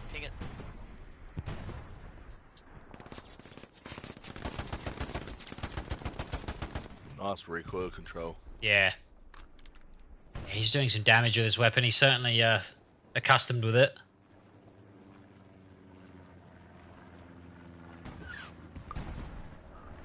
He got the OP, but I think there's another one behind this building here, just from the presence that are coming forward to him. Oh, unlucky there. Dome. Rear arse a point. Oh, I got the Flamin' Werfer. Oh. I'm just gonna yeet and try and get these guys from around the side of the building with the flamethrower. Yeah. They've got enough. See if we can have a look at the map here and see what's going on. I don't know, man. I don't know where red or this stuff. They've got one. Oh, they've knocked 6. Have actually knocked. Oh no, there's still a garrison up on the east there. They've knocked the northern garrison in the middle, which is stopping that frontline pressure from ROFS. All I know is that we got a Donny that I've just seen. Got some 0 combat scores going. That's Gary's hot, it's hot. Yeah. Yeah, proxy locked more than likely, but let's try and find the cunt. We need this, Gary. It's clear. It's clear. Hope he's up. Okay. Thank you, man. Very calm there in that Yeah. chat. Very, very calm. They've got a red zone garrison up as well, which is free at the moment. So they're pushing in from that west side behind Distillery. Looks like they've got 2. Is it 2 or? I think they one might have garrison to. outpost? No, there's an outpost further up. Yeah, it looks like H squad have got that outpost up there. Protect the P. And Gary's also hot, so it's probably proxying from our outpost to there. Fuck, Obi's gone. Possibly. Gary's left Oh line. well. Persevere. Because that cunt's dead and it didn't go green, so there's still someone near the Gary. We gotta protect it. Yeah, I can't see I got sitting done on from range south. Zigging and zagging, trying to get back. Hammer, I got it. They've found the 6 garrison here. Hammer's moving in on it. Beautiful work. He takes that down, and that's definitely going to help them move in just as he gets taken out. Just in time. They've got to establish that north garrison as well. I can see that Seawall is dropping supplies there now. I think the ROFS have kind of gone with the attitude of, they don't care if 6 know where those garrisons are. They're just going to keep putting them down on that front line just to hold that door. So I think that's why they're opting for that supply drop. But it looks like from the map here that the 6 might have intervened with it and actually taken those supplies down before they had chance to get it back up. So suggests that we could expect a bit of a push from the northeast from the 6 here, because there's nothing protecting that northeast side at the moment, and there's a lack of infantry there. Got killed near that Gary. It's very close to it. Pineapple Good next shot. to it as well. We should get him clear.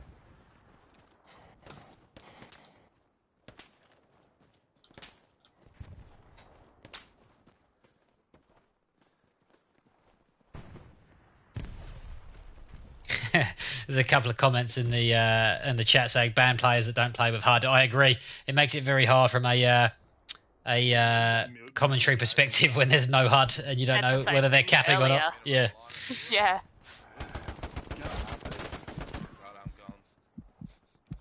Yeah, look at a few of those shots.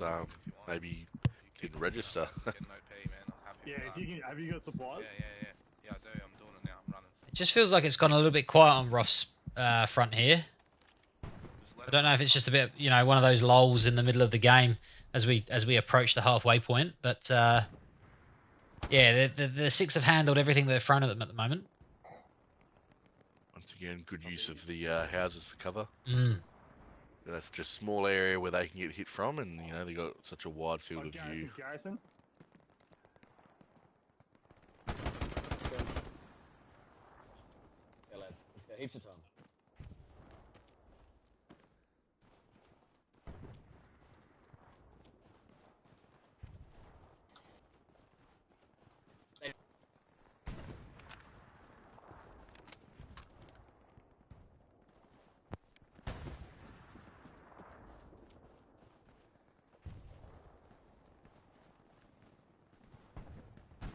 Does certainly feel like there's been a little bit of a lull at the moment. Yeah. On the fucking middle front door. Be interesting to see what time's actually left. Because I'm honestly thinking it's just going to be a midpoint game. Yeah. I'd agree with that so far. It definitely seems that both teams are very much focused and just wanted to clear people out, but that's going to take an hour.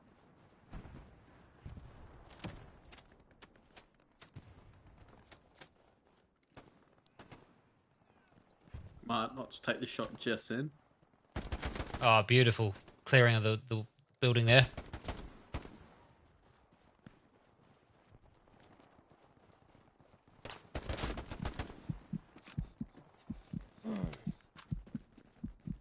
We're gonna get tank support soon. We just need to keep the saddies off our tank. Whispers will come up soon. There you go, tank support coming.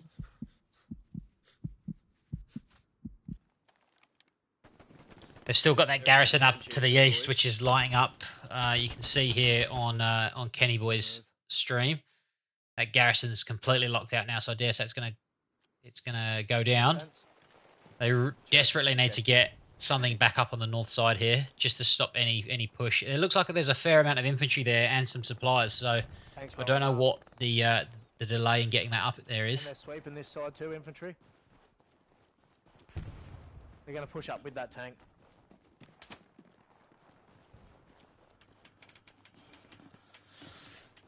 This is where your infantry support on your tanks is absolutely vital on matches like these. Obviously with the open fields. You play it right, and that tank can take down the front door very easily. But you've got to do it right. It's got to be slow and methodical. Can I get supplies off the... You've just literally got to walk the tank up there. Roger, coming in. Just confirming the time for you, Hacks. We are bang on halfway at the moment. So, yeah, we've hit the halfway mark, just gone over. 6 still in control of this one, 3-2, if you're just joining us. Yeah. But yeah, with tanks, they can literally pull the front door down as long as they roll the tanks in with infantry support and nice and slow. Just about on top of me. Oh, yeah. Site just confirmed for us that backpack isn't on RE Odyssey. I know we spoke about that half an hour ago, but obviously with the delay, he's just confirmed that. So it's a case of backpack being a crack shot that rendered Kenny Boy his victim. No surprises there.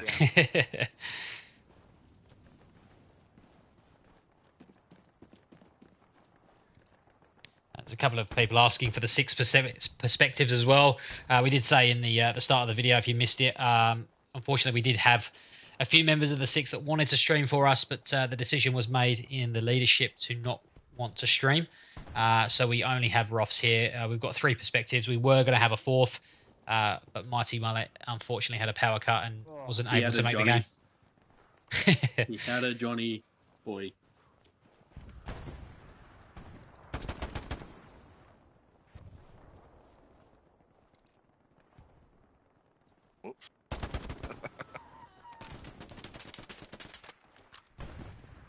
I'll try to get an AT. They're still struggling to get this garrison up, and this is what I'm talking about here on that H7 sector, which is where they did have one.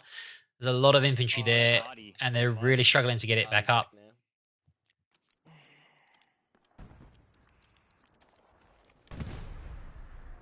Interesting. Let's see how it plays out. This diagonal cap's hard to do because 6 have the high ground, and it's a diagonal cap, so you've got to cover a lot of territory. It's all Vatican. So what do you reckon the options are from here? Because we're looking at a big distance between points. So what are the key features here that they do have to take? St. Mary's for one, but they are up on the high ground. It's a pretty good spot to defend. You've got to grind it. You've just got to grind. Yeah. Push that front door down and just keep pushing and pushing and pushing. Drop it out. Yeah. If you got enough, the team will break. Oh. What a kill. Yeah, what absolutely. Jumping the fence and taking them out. But yeah, you've just got to... It's hard. It's shit. You've just got to push. Yeah, that's a bit... That was a little bit sus, wasn't it, there? I don't know what happened there. But... It looked like he was looking straight and then fucking... Okay. I Call it agree. impressive. I agree, Hax. That front door is vital, and we can see from the map there that they've managed to now establish those 3 frontal garrisons, which is going to play a lot of importance for ROFS here. But I think that they just need to keep that front pressure up. It's taken them a while to get that gap back up, but I think that they're now in a good position to get established and start applying some more pressure on the front door, whilst you have a squad move in from St. Mary. And try and take out any sort of flanking garrisons and establish a bit of a pincer move. Yeah, I've got him. I'll drop him now.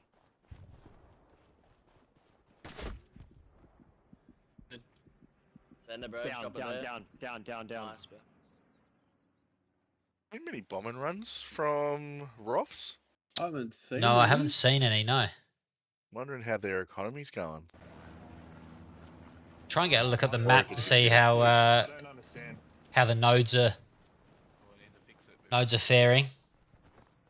Looks like they've still got 3 sets up from what I can see. Maybe with the airhead there as well, they're thinking, well, not worth it based on the points, but I mean, the airhead could always just be a good distraction if they're not planning on spawning on it, which I'm sure they know. It's just, I don't know, it's just odd to not see sort of an airhead or a bombing run that I can recall so far. And very briefly there, I just saw the 4th point for ROFS just contest a little bit. They've still got it. They're still in control here, but it just contested for a brief moment there, which would suggest that 6 are starting to mount a bit of pressure on that 4th point now. I've heard about. OP's up. Just got team killed by Google with artillery. So. That hurts. Happens though.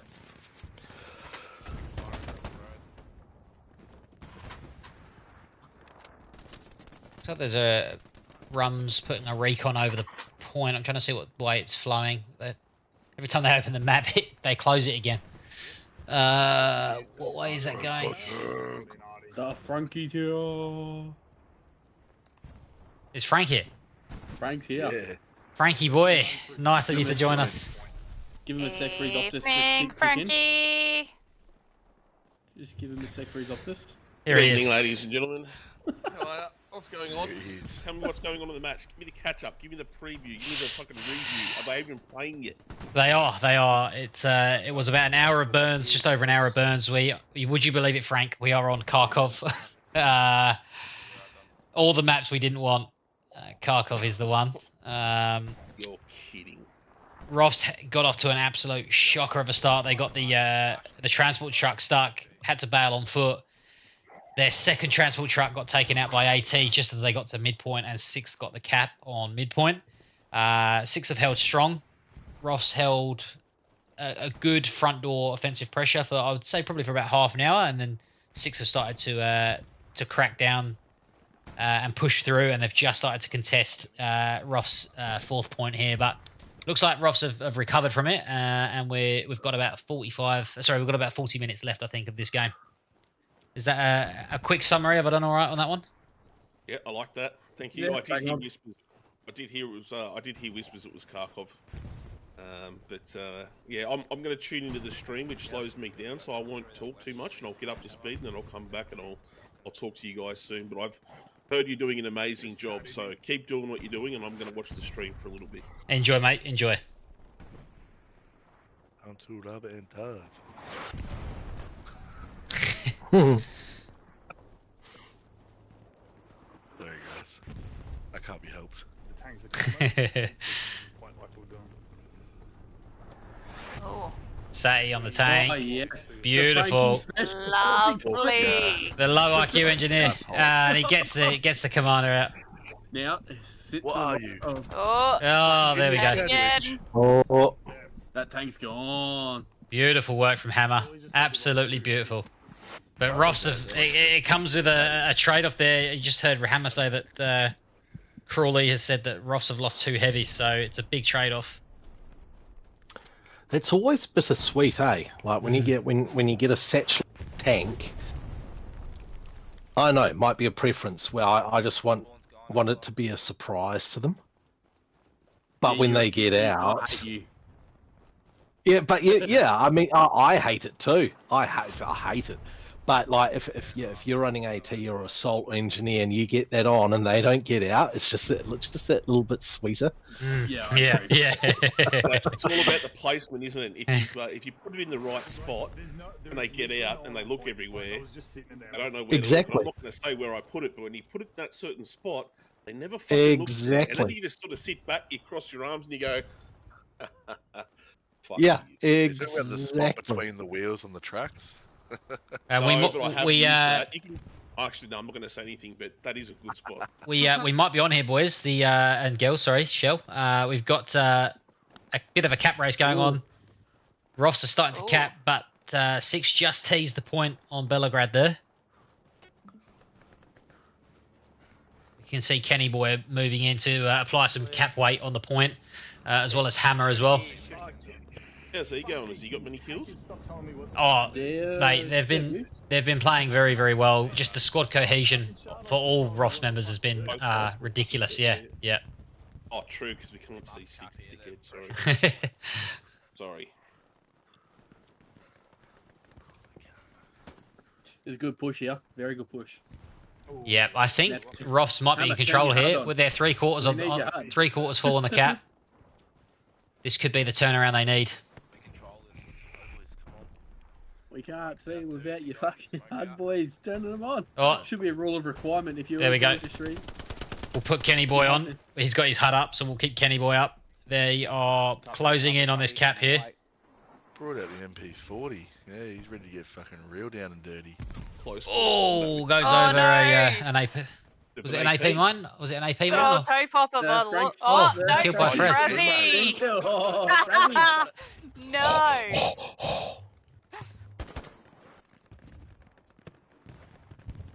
Tell you what, they're going to get this, I think. As we approach the half-hour mark, we have a turn of the tide. The Six go 3-2. Sorry, ROFS go 3-2 up here now with half an hour left. Jesus. What a turnaround! Very, very impressive. They slowly taking the area, didn't it? Mm. Ever so slowly, and I guess that comes to what we said. It seemed like they didn't have very much attacking pressure, and they were very, very focused on the defense. And slowly but surely, got choked out, and yeah, lost the point. Yeah. Let's see if they can retake it now. I think, yeah, as you said, there was just a lack of Six offensive pressure. We only started to just see glimmers of it as ROFS, took that point. But for me, there just wasn't enough offensive pressure for them, and they've held out as long as they can, and the ROFS patience pays off, and they move in. That kind of comes back to what I was talking about earlier on before. Between these two, it's always about territory. Another Sadie. Oh. He's got protection around there. Oh, let's get him up. Let's get it up. Yeah. The outpost. There he goes. Smart, he's waiting. Oh no, bugger. Body called So it. close. Bit of a rookie move there. How did you handle that, Frank? What have you done differently? I would have lurked back and probably used the fence as a bit of cover. Oh, can you hear me? I'm watching the stream. Yep, we've got you. Yep. Okay. Yeah, I probably would have lurked back, hid behind the fence, waited for the blokes to come out that were defending it, and then I probably would have died. So it's the same thing, Hammer. I feel you, brother, but I would have hung back. Well, just as we've approached that half an hour mark, I think the Kharkov map is ready to go through. Wales, if you wanted to take us through that. Yeah, absolutely. Fly over. Unfortunately, it took a bit longer, but I bring you to Belgorod Oblast, which is relevant to these days, actually, because it's actually on the modern Ukraine front. And here you go. So I talked about urban sprawl early on before. We all know how desolate this map is. That's how it looks today. Basically, part of the CBD, probably a nice nature walk, all centered around the ravine that we actually know. So, yeah, Battle of Kharkov, as we mentioned early on before, it was actually really quite wide. There are actually 3 battles all up. And one of the reasons why Kharkov itself was so important was because it was actually a key industrial and transportation hub. Back then it was Eastern Ukraine. These days it's modern day Russia. And the battle saw intense fighting as basically both sides committed substantial forces to the conflict. The Germans did get pocketed in again at the Battle of Kursk, and a couple of the SS Panzer divisions actually tried to come to the rescue of those pocketed divisions. But initially, the Soviet forces made quite a few gains. They pushed the German forces back towards Kharkov, which is from location. If you peel your eyes on the map when it zooms in, you'll actually see Kharkov. But the Germans, under the command, I think it was von Manstein, they got a counter attack going, which we mentioned earlier with the SS Panzer divisions, and they in turn encircled and trapped several Soviet armies in quite a large pocket between Kharkov and the map that we see. So that counterattack is historically known as the Third Battle of Kharkov, and it was actually a German victory. But even though the Soviet losses were quite considerable, troop-wise, long term, it turned into a German tactical defeat. And due to Soviet manpower, they managed to push through. So basically, the Soviet war machine managed to get her hands on top of them. Winter 1. That's why it's a winter map. And so, yeah, history remembers it as a German victory, but long term it turned into a Soviet victory. And it was actually a turning point of where the Red Army could actually completely demonstrate the growing strength and recover from the defeats. So it also set the stage for future offensives within the Eastern Front that led to basically the Soviet liberation of Kharkov as a whole and the wider strategic push through back towards Germany. So there you go. Now you know why it took me so bloody long to find this map. Look at it. Mate, bloody hell. That is very, very impressive indeed. And yeah, thank you for putting the time and effort into designing that while still commentating as well. It's not an easy feat. And yeah, obviously the insightful knowledge there with the World War II history. Yeah, thanks, mate. That's is a really cool feature that yeah, I'm stoked to include on our stream. We will go back to the action, boys and girls. Just to yeah, it's fucking cool. It's so cool. ROFS have just been teasing the 4th point for 6 as well. So I don't know if 6 have been caught on the back foot and they're struggling to set up a defensive zone on the 4th point. But ROFS are certainly applying a bit of pressure here as well. You know what? Whaley, sorry, Oddy. That's fucking gold, man. Thank you so much. No, you're welcome. It looks it's fun. So fucking good. It adds so much to the quality of it, bro. I love that almost as much as I love Shell. Hey, that's fucking gold. It's what I was going to say in regards to that. When we have the server browse and we know what map we're going to get, that is going to be phenomenal. Like even more. Like we're going to be able to do it before the matches at the start, you know, because we'll know beforehand. That's going to be fucking. It already is unreal. It's going to be even fucking better when we got the server browser. Absolutely, absolutely. Yeah, thanks, Wales. It's it's a really yeah, a really great addition to the stream, and I think it really adds to the immersion as well. You kind of really picture it and see it in real life. Yeah, Chris, by the way, sorry, Frank. Have you guys sort of talked about what do we think? What are the 6 strengths then? Since we can't see that side of it, where are they? You know, I know I'm probably backtracking of what you guys have talked about, but fill me in. Where have they? What's their strengths? Why are they dominating sort of certain parts of the map? What's what's going on for them on their side of things? Anyone can contribute there. Just fill me in. I think initially their arty was absolutely raining hell in those first sort of 10-15 minutes, which was really sort of slowing that frontal pressure. I haven't seen a lot of their tanks, and I don't know how much of an impact their tanks have had, but I have been impressed with their infantry.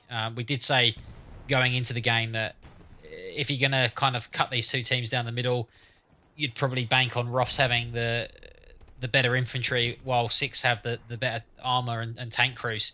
But I've been impressed with how the 6 have how their infantry's performed tonight as well. And they've just honestly been going toe to toe with these ROFS boys, who we know are absolute crack shots. What do you think, Oddy? I think they caught the point first, and what they did really well was they got into positions they knew they needed to hold straight away. So they started off really good, which made it difficult no matter how good a team you are, because they were already waiting and sort of controlling the main points. So ROFS had to really fight. It took a long time to take control of the areas they needed, and as you said at the start, they also took out a big transport truck full of ROFS players, which is just a credit to their preparedness and getting there so fast and predicting what was likely to happen. Yeah, that's probably their strength so far. What do you think, Haxie? Page 5 on the blue-red line. If we can. Sorry, I wasn't paying attention. I was grabbing a beer. And what kind of beer is that? I'm on the Mountain Goat today, actually. On the goat. Not a bad drop. Not a bad drop. Not a bad drop indeed. It's a fruity beer. So, yeah, sorry, mate. I was getting a beer. Let's move on to Shells then. What do you think, Shells? Show your latte. Shell, are you there? She's also getting a beer. Well, we'll go to you. What do you think that the 6 have done? See if I can get a Gary here. Look, I said at the beginning between the two of them, and I'm a bit too scared to actually call it still. We've got one team that has got exceptional map and tactical knowledge and incredible team cohesion between their squads, versus the 6th, who have spent possibly more time than any other clan in the game with exceptional gunplay. And seeing these two fight it out, they do, in my books anyway, it does kind of balance it out a bit, because you can have tactical knowledge, but tactical knowledge doesn't mean anything if you're facing off against someone who is an absolute weapon with a gun. Especially over distance, especially with rifles. We're talking Germans versus Russians here. We're not factoring Americans in with the M1 Garand or the carbine. We're talking bolt action rifles, and we're also talking STG 44s versus the PPSH. So there's a lot of variances there where it's kind of like the balance is kind of right. Drop that guy. Yeah, we got their attention now. We got their attention. Yeah, look, you asked me at the wrong time because I was taking a piss, but we're back now. Hammer's just laid a Satty on point as well. Just missed that as we flicked over. They're putting a bit of pressure on 6 4th point now, and they're starting the cap as 6 start the cap on the 3rd point again. So we're going to have a bit of a cap race here. I think ROFS are going to defend this, but it's 1-to-1 on hillside here. Wait, I need you to Gary. Gary. I need Wow. you to take that airhead. Whatever you do, Could can be you wait? Gary. Yeah, it's all on you, bro. All you, bro. They are still contesting here, 1-to-1. Northwest. Ah, fuck me, I'm down. I just can't get over how calm these guys are. Oh, I can't believe how good they are with the bolt actions. I've just watched Kenny just drop, just guys, just so quickly, just so accurate with it. Yeah, I get it. I get what he's saying too, and I've got full respect. I've played alongside Kenny. He's a fucking crack shot. But if what Whaley was saying before, quick mic check. Can you actually hear me? Because I am watching the stream. Yeah, we got you, Frank. We got you. Yeah, just in regard to what Whaley was saying, yeah, you can be a crack shot, and Kenny is, and he just fucking got owned. But he owned plenty of people before it. If you play tactically and you run with 2 or 3 members in your squad and you're sticking relatively close together, that's always going to overcome the one bloke that's running around being a fucking hero. And I think maybe that might be where 6th are getting a little bit of a foothold at the moment. I wish we could see the other side of it. I think they might be working a little bit close together. When I'm watching Kenny here and now when I watch Hammer, they're both being a little bit roguish. Their squad mates are always a little bit further away from each other. I'd like to see the boys working together and maybe dominating a bit way in that regard. But mate, I'm also coming in very late, so take what I say with a grain of salt, fellas.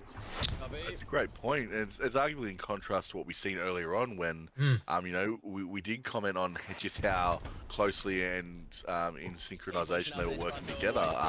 But it's a great point because they do appear to potentially be somewhat moving away from that now, and it could have some adverse effects potentially. This IS is coming up this. We can see Ross starting to lose the point here, but they quickly defend. But yeah, still a heavy presence of the 6 on this midpoint. They've got to go for it now. You know, there's 20 minutes left. What do you do if you're? I mean, I don't know how guys command because squad leading is hard enough for me. But if you're commander now and there's 20 minutes left, what's the plan for both sides here? Chill. What do you reckon, Whaley? I'd be not panic stations yet. Stick to the game plan. I could even let. This would be crazy. We could concede a point at this point and still try and get back and win this.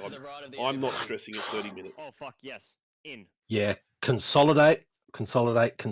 Start taking your timestamps for bombing runs and airheads, and get measure from your armored crews on how many tanks they're taking down. I'm wondering because come the last 10 minutes, all that will come together and really matter. Tanks are going to be vital at the end.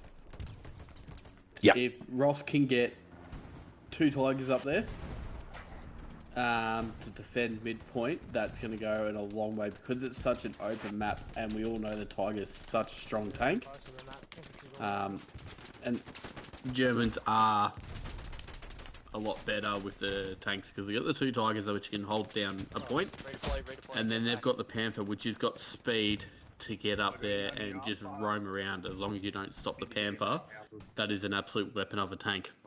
You can't drive that tank slow. Just before Oddie jumps in, because I know Oddie's got something really good to say. If I'm ROFS right now, I'm all about Gary maintenance. I'm going to get Gary's all set up around that point and make sure I'm ready to cap it. But not only cap it, but make sure the Gary's are in a good position that when I do cap it, I can defend it, because they're going to have to defend the fuck out of it if they do get it. So that's what I would be doing. I'd be setting up my garrisons and calming the fuck down. But Oddie, you jump in. That's a great point, brother. And I was just going to say 2 quick things. So, knowing Malarkey from the past, and he could have changed, but I wouldn't be surprised if there was a timed and scheduled push where he may be holding back his tanks a little bit and get ready for a 15 or 10 minute mark or 12-minute mark, something along those lines. Big push to retake the 3rd, potentially if it's not in action now even.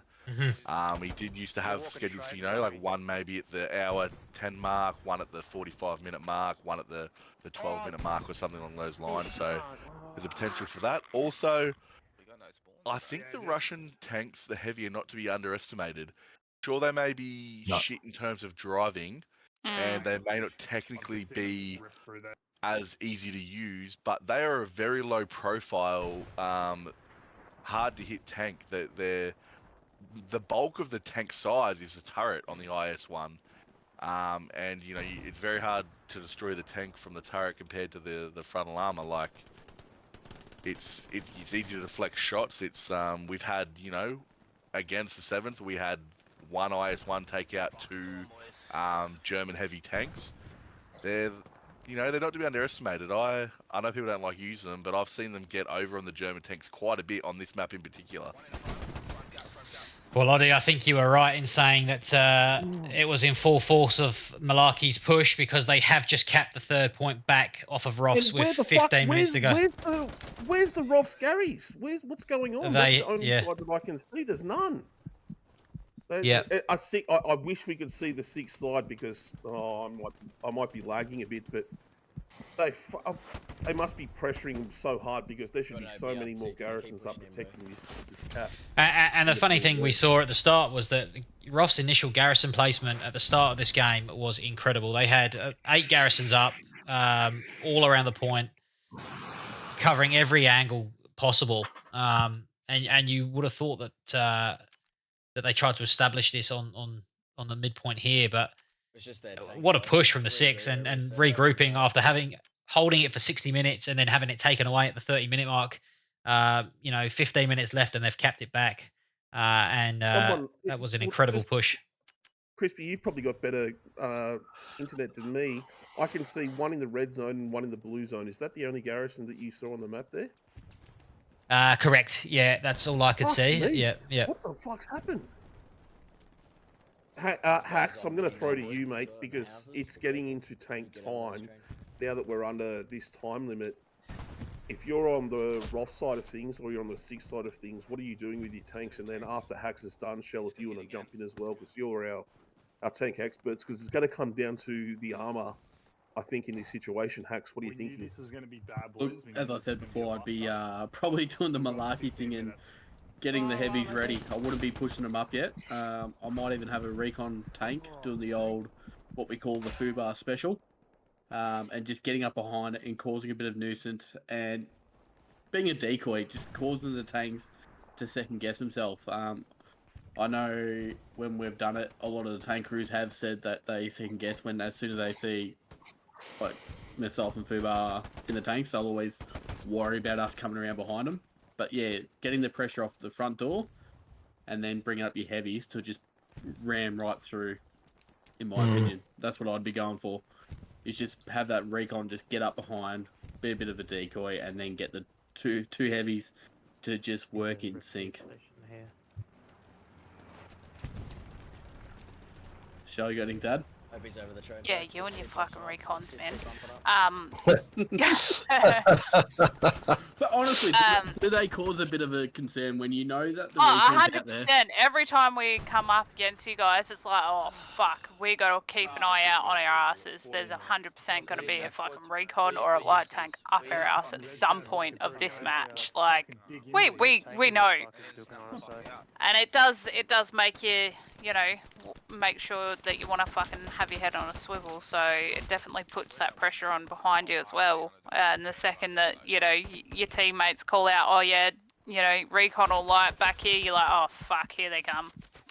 But from the looks of things, 6th obviously have a tank presence on that 3rd point, and ROFS have been unlucky enough to not be able to get that tank presence off of it either, because it's sitting up on some high ground. So I think the only way that ROFS is going to get this back is by managing to sneak up behind that tank and take that tank out as well. But with the Infi presence, it'll be pretty tricky, but good luck to them. I hope they do, but we'll see.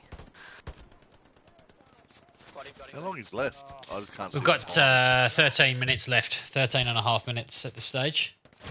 My finger is having a workout at the moment, flicking through every single point of view, because they're lasting no more than 10 seconds before they're getting dropped by this incredible 6 infantry. Don't lose that fuck in those trenches again, can't Like, I died, but There's a couple of OPs up in some reasonable areas at the moment. I think Kenny Boy's squad have just lost their OP. I think my prediction from last on the potty is going to be perfect. Yeah. What's an OP? OP's going to get you, what, 5 blokes in? You got to get a Gary up. I don't know. Again, ROFS 6, I apologise. I'm coming in late, but I'm confused. We talk about these OPs, right? Frank, we talk about these OPs, right? But a lot of the clans these days are running dynamic squads. Yeah, bro. Okay. Yeah. How many OPs they got up there, Crispy? 3 or 4? There's 3 on the front door. 4 on the front door, and they've got 3 garrisons up there as well in that blue zone, which they've established. So they've still got plenty of time to put some pressure in here. That's 20 blokes that can get up there. But it's also 20 blokes that they're sacrificing on the defensive side, whereas if you've got the Gary up, at least you can. I don't know. You've got to risk it. You've got to grind that front door down. Get the biscuit. I think 10 minutes to go here. You've just got to put everything into taking this midpoint back. There's if you're gonna lose, you'd rather lose risking it and then just holding it back. I'm sorry, but you've just got to go all out attack and just go. Organise everyone so you just have that one big final push. You have your tanks, you have your RD lined up, you even have the recon crews hitting from behind. You've just got to, at this point, you've just got to envelop them and just pincer move them from all directions. Yeah, I get ya. I definitely agree with you, but also on the counter, you know, thinking of myself tomorrow and you tomorrow, I'd rather us lose 3-2 than lose 5-0 at the same time, because that's where the shit talk starts. A And loss is a loss, mate. Sorry, but a loss is a loss. no, it's not though, because that's where the shit talk comes from. And Ignore the shit talk. A loss is a loss. Yeah, you can, but You've just got to win. Simple. I know. Yeah, I know. They've got to throw the front door at it. They've got to go front door. That's where they have to go now. No more flanking. None of that shit. They need to fucking put the finger off the standby button for Nolan and just fucking push through that front door and get some fucking garrisons up. You know the best way to just like not deal with all the shit talk? I literally just don't even look at TPL chat. I have been so fucking long. Win or lose, I don't go in there and I don't give a fuck about it. Yeah. I have a trick. Whenever someone talks shit about me, I know I cop it. I'm the first to say, yeah, I'm shit. What are you gonna do about it? Like, fuck, I'm shit. Look, I'm kind of with you there, Hax. I think I'm the same. I'd rather lose 5-0 knowing that we've given it a fucking good crack to try and bring it back than sit there and know that we could have done more and lose 3-2. It comes from my sporting background. Like, I play semi-professional sport and all that, and it's you'd rather leave everything out on the field and then go back into the rooms and go, oh, I probably could have done this better, or I could have probably done that. It's leave everything out there and just give it everything you've got. It's like going for a world title for a fucking. I'll say this as a counter. Sorry, Oddy. I'll say this as a counter. When I'll see a team come up against us and we only get them 3-2, I respect them a lot more than the poor bastards that get suckered in to our game that I won't detail, and we cap them fucking 5-0. I respect the 3-2s a lot more. Oh, but it's different from having a 5-0 straight away, like just a steamroll, than to losing like TFMC against the Breathe This.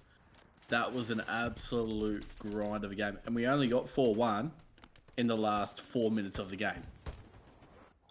All right, we finally broke down that front door. We held mid for the whole game, and just held it and held it and held it. And then eventually we just wore them down, and with 4 minutes to go, they tried everything. We shut them down, and we got the fourth cap at the same time because they threw everything at us. I'd rather that situation. Whereas I know we got a 5-0 in the last 10 minutes of the game, you can kind of say, okay, they threw everything at us, and it wasn't the best that they could do. Yeah, fair. And that's what this game is. We're nearly at the end, and no one has taken anything other than midpoint. Tell you what, we've got a quick view of the map there. There are a lot of garrisons back up, just as we were seeing at the start of the game. A buck ton of OPs on that front door as well. So I think, as you say, Frank, ROFS are doing what you said, and they are just throwing everything up the guts here. They've got 8 minutes to get some pressure on point. Or, sorry, they've got actually 6 minutes, because obviously once they go past the 2 minutes, the 6 will obviously take this game if they're still in control of that point. It's been a fucking grind, hasn't it, boys? It's been an interesting game to watch. It really has. In reality, they got more like 4 minutes as airhead reinforce. So they really need to start getting a foothold in the next 3 minutes. Yeah. This is the time this is what Hax is talking about. This is the time now where you do have to throw the kitchen sink. Oddy, what were you going to say? Sorry, bros. The thing that surprised me has been how conservative Six have been this game, and it has worked for them in the end. But just very, very conservative, and I think part of it did lead to them, that conservative play did lead to them losing the midpoint, but it also, I mean, in the end, I mean, it's hard to knock it when, it does look like they are potentially going to win the match, which, just comes from them. I wouldn't have expected such a conservative play with a lack of offense for the most part.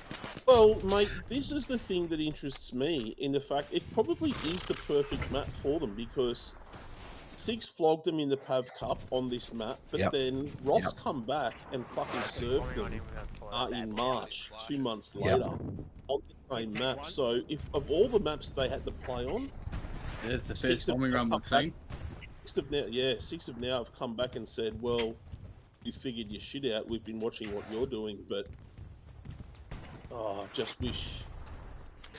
I think the other thing is what we have to take in consideration here is a point.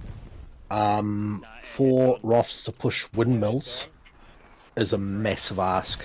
Windmills is probably one of the hardest points in the entire game to cap, and I will include the old El Alamein El Masri point in that one.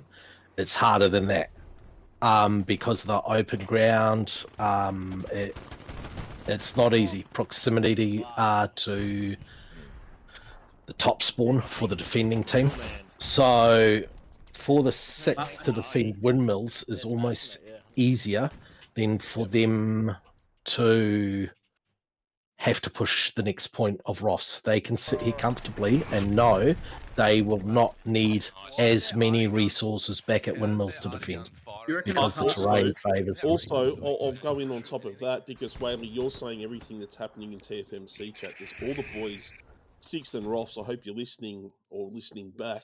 Are all watching TFMC are watching, and we've all said exactly what Whale just said. That point is so hard, but also Whaley, what's your counter to this? Like, if you know, if you're a ROFS player, you know how hard that is.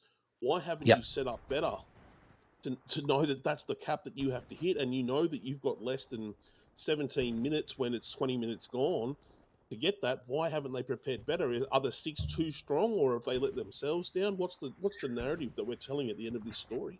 That's going to be to the ROFS guys to decide. Yeah, exactly. And when they have their you'll have to ask the commander that.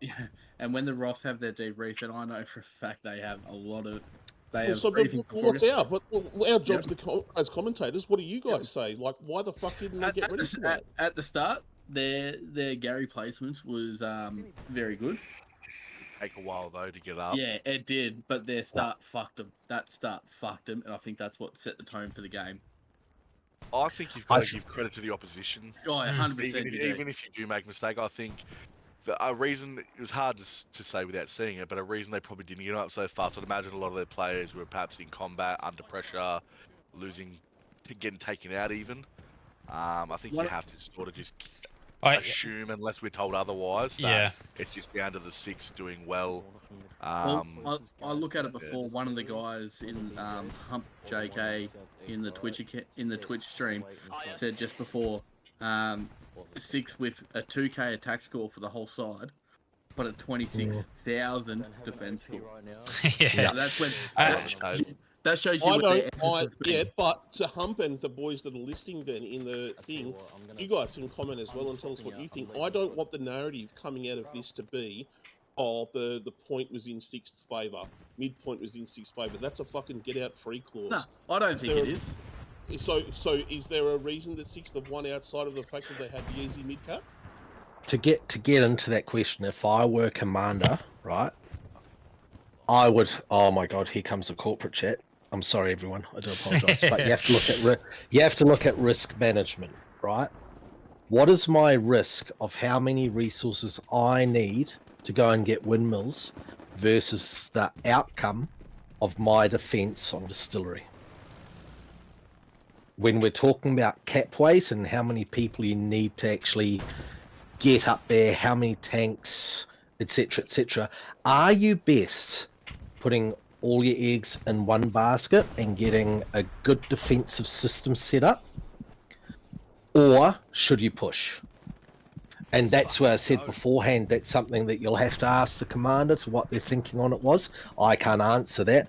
If I were in their position, I probably would be a lot more conservative and back the boys to defend for their life. I'm not saying their commander didn't, but just if it were me, I'd be like, all right, let's get tanks up on defense. Let's absolutely get those 4 grid squares pumped.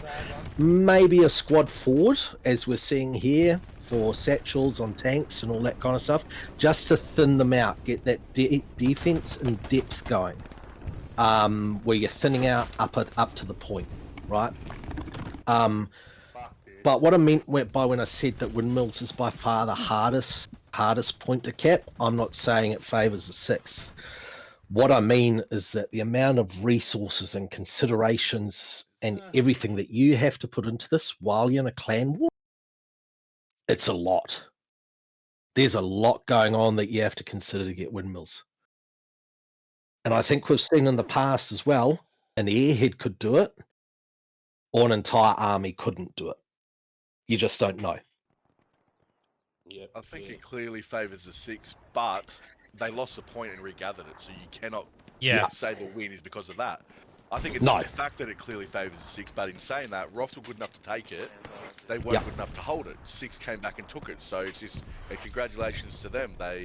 Doesn't matter how easy or how much in favour it was because they didn't hold it, and then they retook it. I'm gonna compare it to windmill is not the midpoint.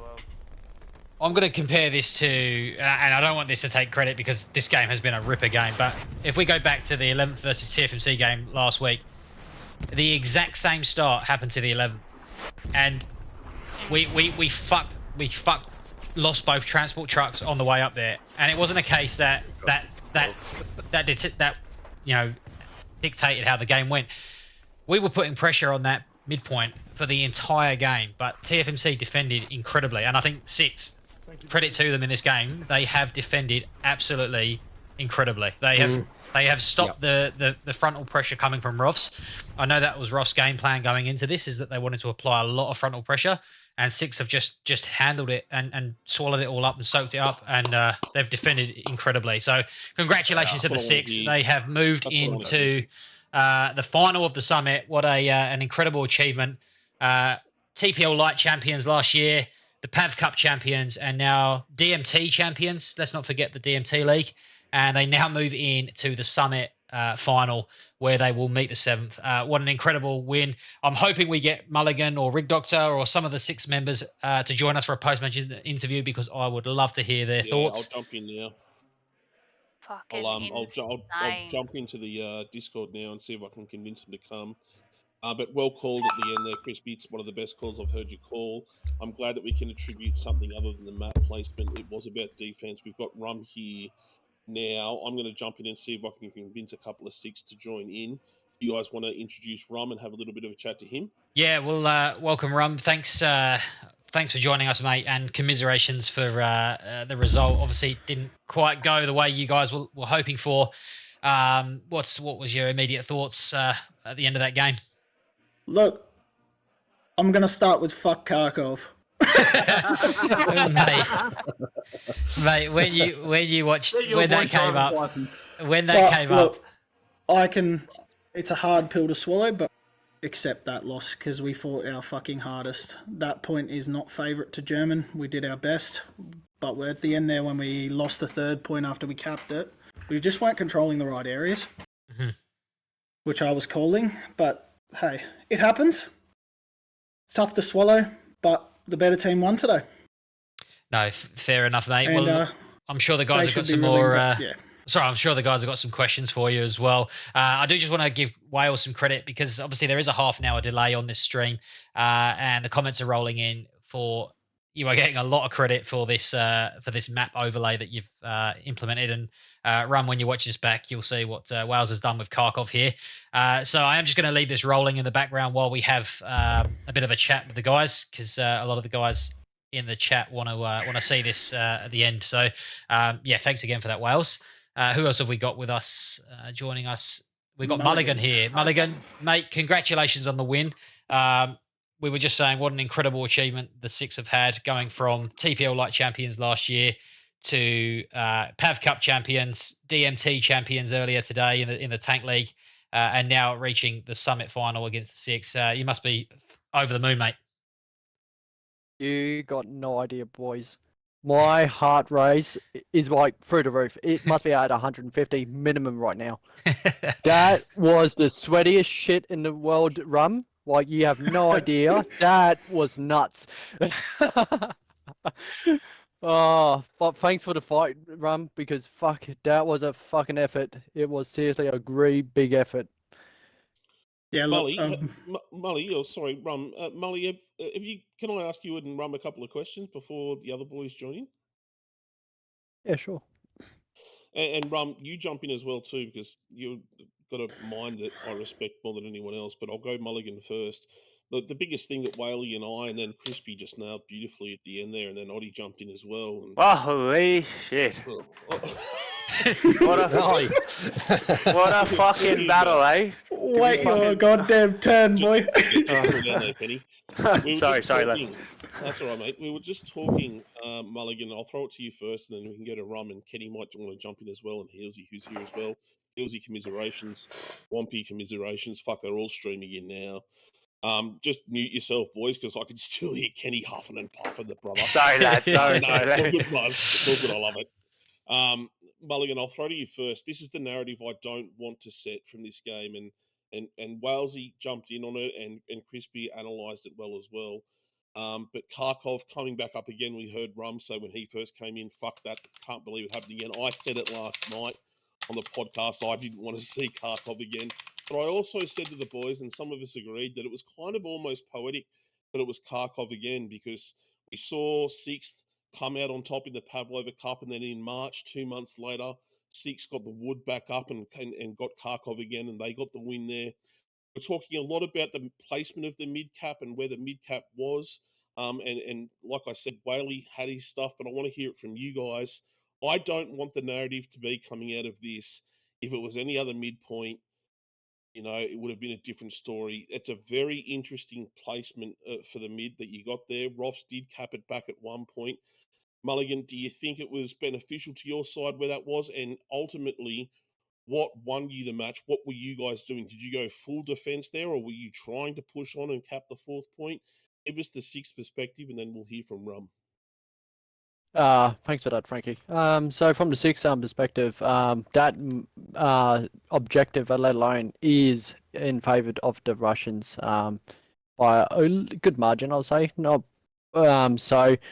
but I was very surprised to see the Germans' truck got to the midpoint just as we arrived. I was very surprised by that, but not surprised at the exact same time because ROFS are very good at getting that mid truck straight in there. So, but once we locked down that midpoint and we realized it was a continuous push, we realized it's not going to be as easy as enough to get to that fourth point as we got more ground to cover, and because Kharkov is such a big map. So in the end, I think that's when we started leaning more towards the midpoint only for the 3-2. And that's the first time we actually retried to go for a 3-2, to be honest. Okay. Okay, yeah. That's the kind of the response that Whaley was sort of leaning towards as well. It's not necessarily coming down to just that, and you sit there and you hold it. Rum, I think you can probably feel where I'm coming from. I don't want the narrative to be that the map was in favour of them. Do you want to speak to the midpoint at all or anything like that in terms of the map layout? Oh, look, we saw the map pop up, and my instant thought was fuck Kharkov.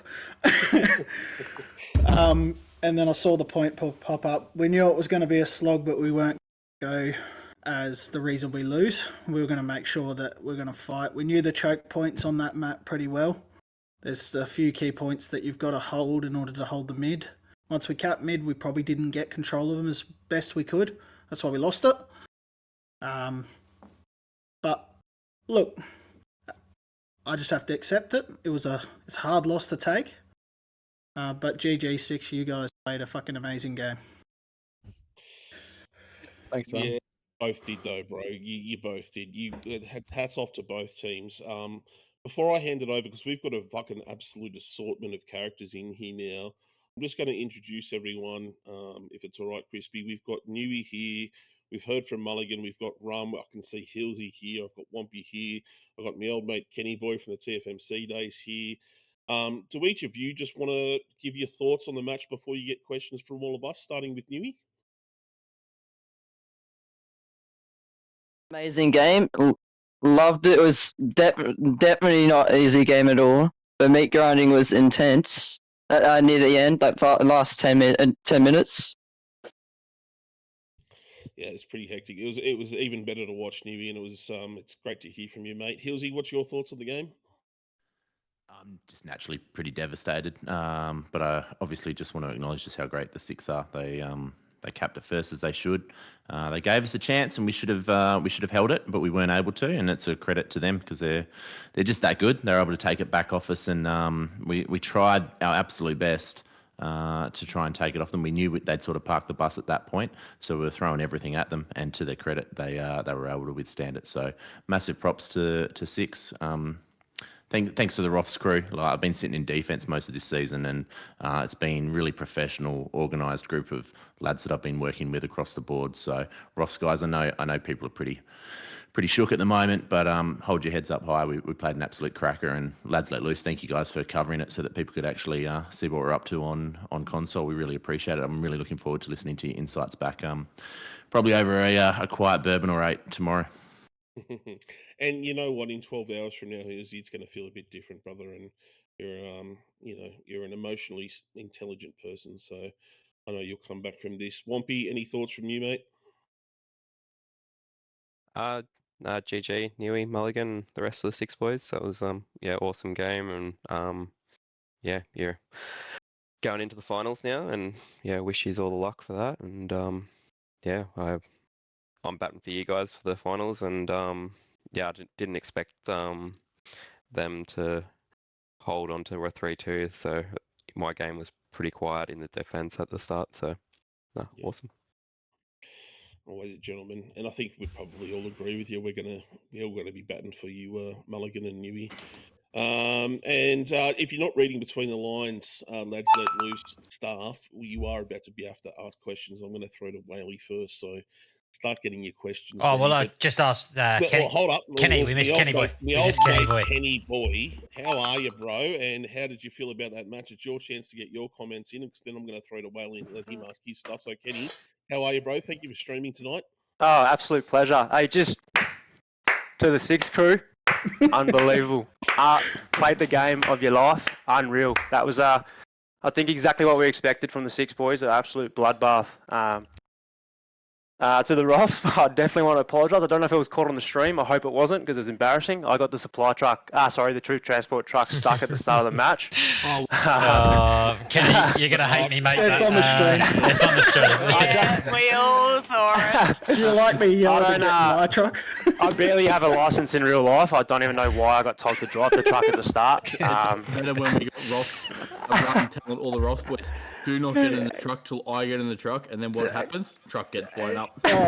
Hang on a minute. We got to the midpoint and I got people off first. Yeah, it was a long run from HQ to get to the mid, and then effectively Six got that cat first, and then that top right corner was just an absolute bloodbath. But credit to the Ross boys to cap that point back. I was fucking G'ing up in my squad league with Crawley. I was abusing the Six. I want you to know that every kill I was going off. Awesome. If it's going to be anyone to knock us out, I'm glad it was a Six. It's another powerhouse Osh clan, and I'm happy to play against them in that match. And thanks to Lad Let Loose for letting me stream and getting that out there. Appreciate it, boys. Thanks. Well done, mate. Well said. Well said. Yeah, very well said. Whaley, got some questions for the boys? You can throw it to anyone. Yeah, I think probably one of the biggest questions I've got on my mind after that cap loss, after you lost mid to the Six boys, what was your strategy or not what was your strategy, but what was going through your team's mind in order to reset and get that back? And after that, over to the ROFS boys for how to maintain it. Your plans? We knew we would grind. We knew we had to grind. There's a bit of open ground between that point and the grind points. But if we just grind away at it, we let our tanks obviously build up. Once our tanks finally built up, we allowed our tanks to push forward with our infantry slowly making ground. Yeah. We were talking about the fuel economy for a hot minute there. From the other boys? So I was a front-lined operating around the H6 grid squares, just in front of the points there. And I realised you were coming down the edge of the map there, and that was a headache. And then when I realised there was like I saw 2 tanks pop up on a recon point. Then I heard there was a 3rd tank, and I was like, going, all right. So it's up to my squad, and we somehow got behind 2 Panther tanks, 2 satchels off, and blew up 2 Panther tanks in that short stint. And I was like, oh my god, that's the break that we needed. I could not believe it. That was the moment. We heard that. I think it was either Kenny. It might have been Kenny Powers. Oh, actually, I think it was Hammer. Hammer got a satty on one of the 6 tanks, and as soon as he got it on, we heard Crawley just say, "Oh fuck, we've just lost 2 heavies," and that momentum shifted really, really quick there.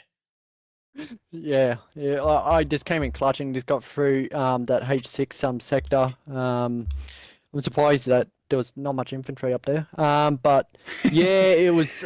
But I laid out the game. Have a go, Molly. Yeah. Fucking hell. Have a go. And then when I came back, I realized we lost a point, and that's where my heart re-elevated. I was like, oh my god, I'm on SL, I'm in a random squad, and I'm just engineer, just building repair stations, I'm just building stuff. I was doing crazy stuff. So I could imagine command chat was just clutter. It would have been mayhem because our flex. Yeah, our front line wasn't talking to us. He said, I can't hear you, boys. I just can't hear you. Marky's just talking shit. Nah. Well, I've got a question for you guys, right? And it's coming up in the Twitch account, so just give me a second, all right? I know Kenny, when I was watching Kenny, he plays with HUD, okay? And these guys are making a pretty valid point. With Kenny, he knows where the cap is and cap pressure. The guys that play with no HUD don't see the cap pressure that's going on. What are you guys' thoughts on playing with no HUD? Do you play with no HUD or do you play with the HUD on? Ram, I'll ask you first. No, HUD on always. You need to be able to read cap weight from point to point. If you can't read the cap weight, then really you probably, I don't know. It feels more casual if you don't have your HUD on. Yeah. Hilsey? Yeah, HUD always. I need to as much knowledge and information as you possibly can have, and communicating that in the red chat, because not everyone's in the hatch circle to be able to communicate a chevron count. Yep. Mulligan? 100% HUD on. Yep. Newey, do you play with your HUD on? Yeah. It's hard, yeah. Yeah. So yeah, like I noticed a few of your guys at ROM don't play HUD. Well, they'll be fucking having a talk from me. you honestly believe you need that HUD, because I'm big on you need your HUD, because you need to know that's game awareness 101. And I know there's only 4 people that could have streamed, so one of those. Kenny boy, if that was you, I'm coming for you. Well, he just said my HUD. Wait, if my HUD's not on, I'm running in the wrong direction. Yeah. On Kenny. If I don't have HUD, I'm running the wrong way. I'm telling you right now. I've done it a few times. If I'm running somewhere and dudes are just like, where the fuck is he going? I got no clue. I need HUD. I believe I remember an occasion several months ago where good old Frankie tried it without a HUD for a while, didn't you, Frankie? How did that go? Mate, between Augie and I, we both turned it off, and it was one of the funniest videos I think I've ever made. We promised ourselves we'd try it again, and we never have. There's no way I could do it. I remember running past you in Blue Chat asking how you are, and I think your words were something to the line of, I've turned my HUD off, and I can't put the rest of what you set up because I think you might be uploading this to YouTube. So you can't. I spent more time. Yeah, what is it you can't face? I spent more time laughing at Augie shooting our teammates when I secretly switched our HUD back on, and I was just watching him kill blueberries the whole time. It was fucking hilarious. I'll throw it to Shell and Oddie. I do have a question for the guys, but yeah, I'll throw it to Shell and Oddie first. Have you got any questions for the guys? I kind of had my questions answered because I was going to ask about tanks, but you guys kind of covered the tanks in amongst there. Obviously, not having a point of view from the tanks makes me sad because I love a good tank. But you know, I just got to say, congrats both of you guys. ROFS 6, fucking incredible play, gunfight, everything. It was amazing to watch, and you guys should both be proud of yourselves. Even though ROFS, you guys didn't take the win, it was a fucking hard slog, and you guys did so well. Like, good job, both of yous. For Mulligan and Newey, I hope Palmer knows that if I see him in a game, I'm team killing him. Fuck. Yeah. Your Artie was just twice as worse, I reckon. Oh, bro. I got pissed off a game before that. We're just practicing and died by him about 5 or 6 times. My boys are raging about it, and I'm like, I don't care. Just spawn on the outpost. I don't care if you die. Hey, Rum, can I ask a question? Yeah. It's not Simon Says, it should be Rum Says. Do you have a good laugh at that? Yeah, we In did. the We words? did. It's a good way to pass time. Hey, Anyway, boys, I have questions, to go boys. I've got a brief I've got to jump back into. All so good, Rum. Thanks for joining us, enjoy. mate. Hey, Oddie, any questions, Oddie, that you want to throw to? I've got no questions for either side really, but I just wanted to say, fucking great game. It was an honour to, or a pleasure to stream and fucking commentate on, and looking forward to the next time you two play each other. And good luck, obviously, to 6 in the finals match against who is it, 7th? Seventh, for the yep, summer yep. final. Yep. Yeah, it's going to be a phenomenal game, and hopefully you can get a nice win in there for Oceania. Absolutely. But good work on both teams. That was a slugfest. Just a question that I want to ask. Hillsy, you would have been in a squad leader role. Yeah, man. Yep. So just something I want to ask for both, maybe Mulligan and Hillsy here. At the half an hour stage, when ROFS took that point back, what I would love to have known, what was it like in command chat, Mully, for the 6? Was there a sense of panic, or was it very much just composed? I've played with Malarkey before, and I know he's very composed. How was the general consensus once you lost that point? Well, I think they went too wide because we had 2 IS-1s not too far behind, and since our backline were still pretty much protecting the 3rd sectors, they were protecting the tanks 24/7. So once our heavy tanks came up and they were in the open field, it was just very hard to reach our heavy tanks. So the command chat started getting more relaxed when they heard the news of the 2 of our heavy tanks coming up. So they started not jumping out of their chairs and sort of carrying on like little school kids. But yeah. Yeah, for sure. Yeah. And then Hillsy, just for yourself as well. Once the heartbreak of losing that 3rd point with that 15 minutes to go, what was going on in a command chat sort of perspective there? It was about re-establishing OPs if you were still up as a squad leader to keep on putting pressure on and see if we could get it back immediately. But defensive squad leads were starting to filter back, rebuild our structure on our defensive point. We kind of knew that it might not get tested too much, but we still needed to make sure that our offensive squads felt really confident because we didn't have much. We sort of only had 1 or 2 Garys back there, so we needed to rebuild all that. We were Devo. People were pretty disappointed, but there was definitely language around the fact, hey, there's still 15 minutes left. We're going to get 1 airhead. It was about and it was quiet for a moment, and then you got your usual attacking squad leads like Crawley and that, and they're firing people up in officer chat saying, "Come on, boys, there's still time." And we just gave it a really good shake. But as I said, when you first asked us, like, the 6 were too good, and they deserved the big dub. Absolutely. It was an incredible game to watch and be a part of, and I'm so glad that we got to stream it and be involved with that. So thank you to everybody that streamed for that. Thank you to everybody that's joined us and provided your thoughts.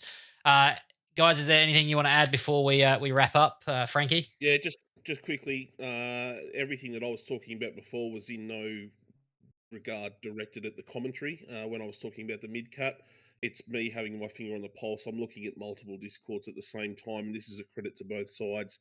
You'd be surprised at how many people are watching you right now when there's a massive match going on tomorrow for both teams. When I'm saying both teams, I'm talking 11th and TFMC. There's a lot of people watching right now, and I'm getting messages and DMs coming to me talking about that. So when I talked about the DM, Oddie just fucking stick the boot into me in staff chat and said, "Mate, we called this down the fucking middle." It was never directed at the staff that were commenting and commentating it. Boys, it was directed at the stuff that I'm getting sent to me, and a lot of them were talking about the midpoint being in favour of one side, and I didn't want that narrative getting perpetrated beyond there. It wasn't about the commentators, it was just about what I was getting sent, and I wanted to just cover everything so all the boys could see it. So Kenny, Wompy, Heelsy, Mulligan, and Newey, you guys are still here. It was nothing about the commentary. Go back and watch tomorrow. I think the boys called it straight down the line. I just wanted to get everything out there so that there was no gossip and no toxic stuff, boys, because I want this match to be regarded with the respect That was a fucking cracker match. Yeah. No hate, thank you. Hey? I said no hate, Buzz. Love ya. No, mate, no hate. I want the respect given to both teams because you guys just put on a fucking absolute cracker of a match, and I didn't want any little shitty narratives getting made about yous on either side of the coin, whether you won or you lost. I wanted this to be held with respect, so that's all that my questions were. But apart from that, congratulations to both teams. Six, best of luck against the 7th. We're all batting for Oceania, and I'm going to go eat some tacos. So thank you, Crispy. You're welcome, mate. Well, that wraps up the semi-finals of the summit. As we said, I don't think words will do that game justice. It was an absolute pleasure to watch, a meat grind for both teams, and I think both teams are going to have PTSD for a long time after that one. Congratulations to the Six on making it to the final of the summit. We wish you all the best and hope you bring it home for Oceania. I'm sure everybody will be rooting for you in the final. Commiserations to ROFS. I know it's heartbreaking to bail out and not make it to the final, but you guys put on an incredible performance, and you should certainly hold your heads high. From all of us at Lads That Lose, thanks for watching, and we'll catch you in the next one. Cheers. Take care. Penis.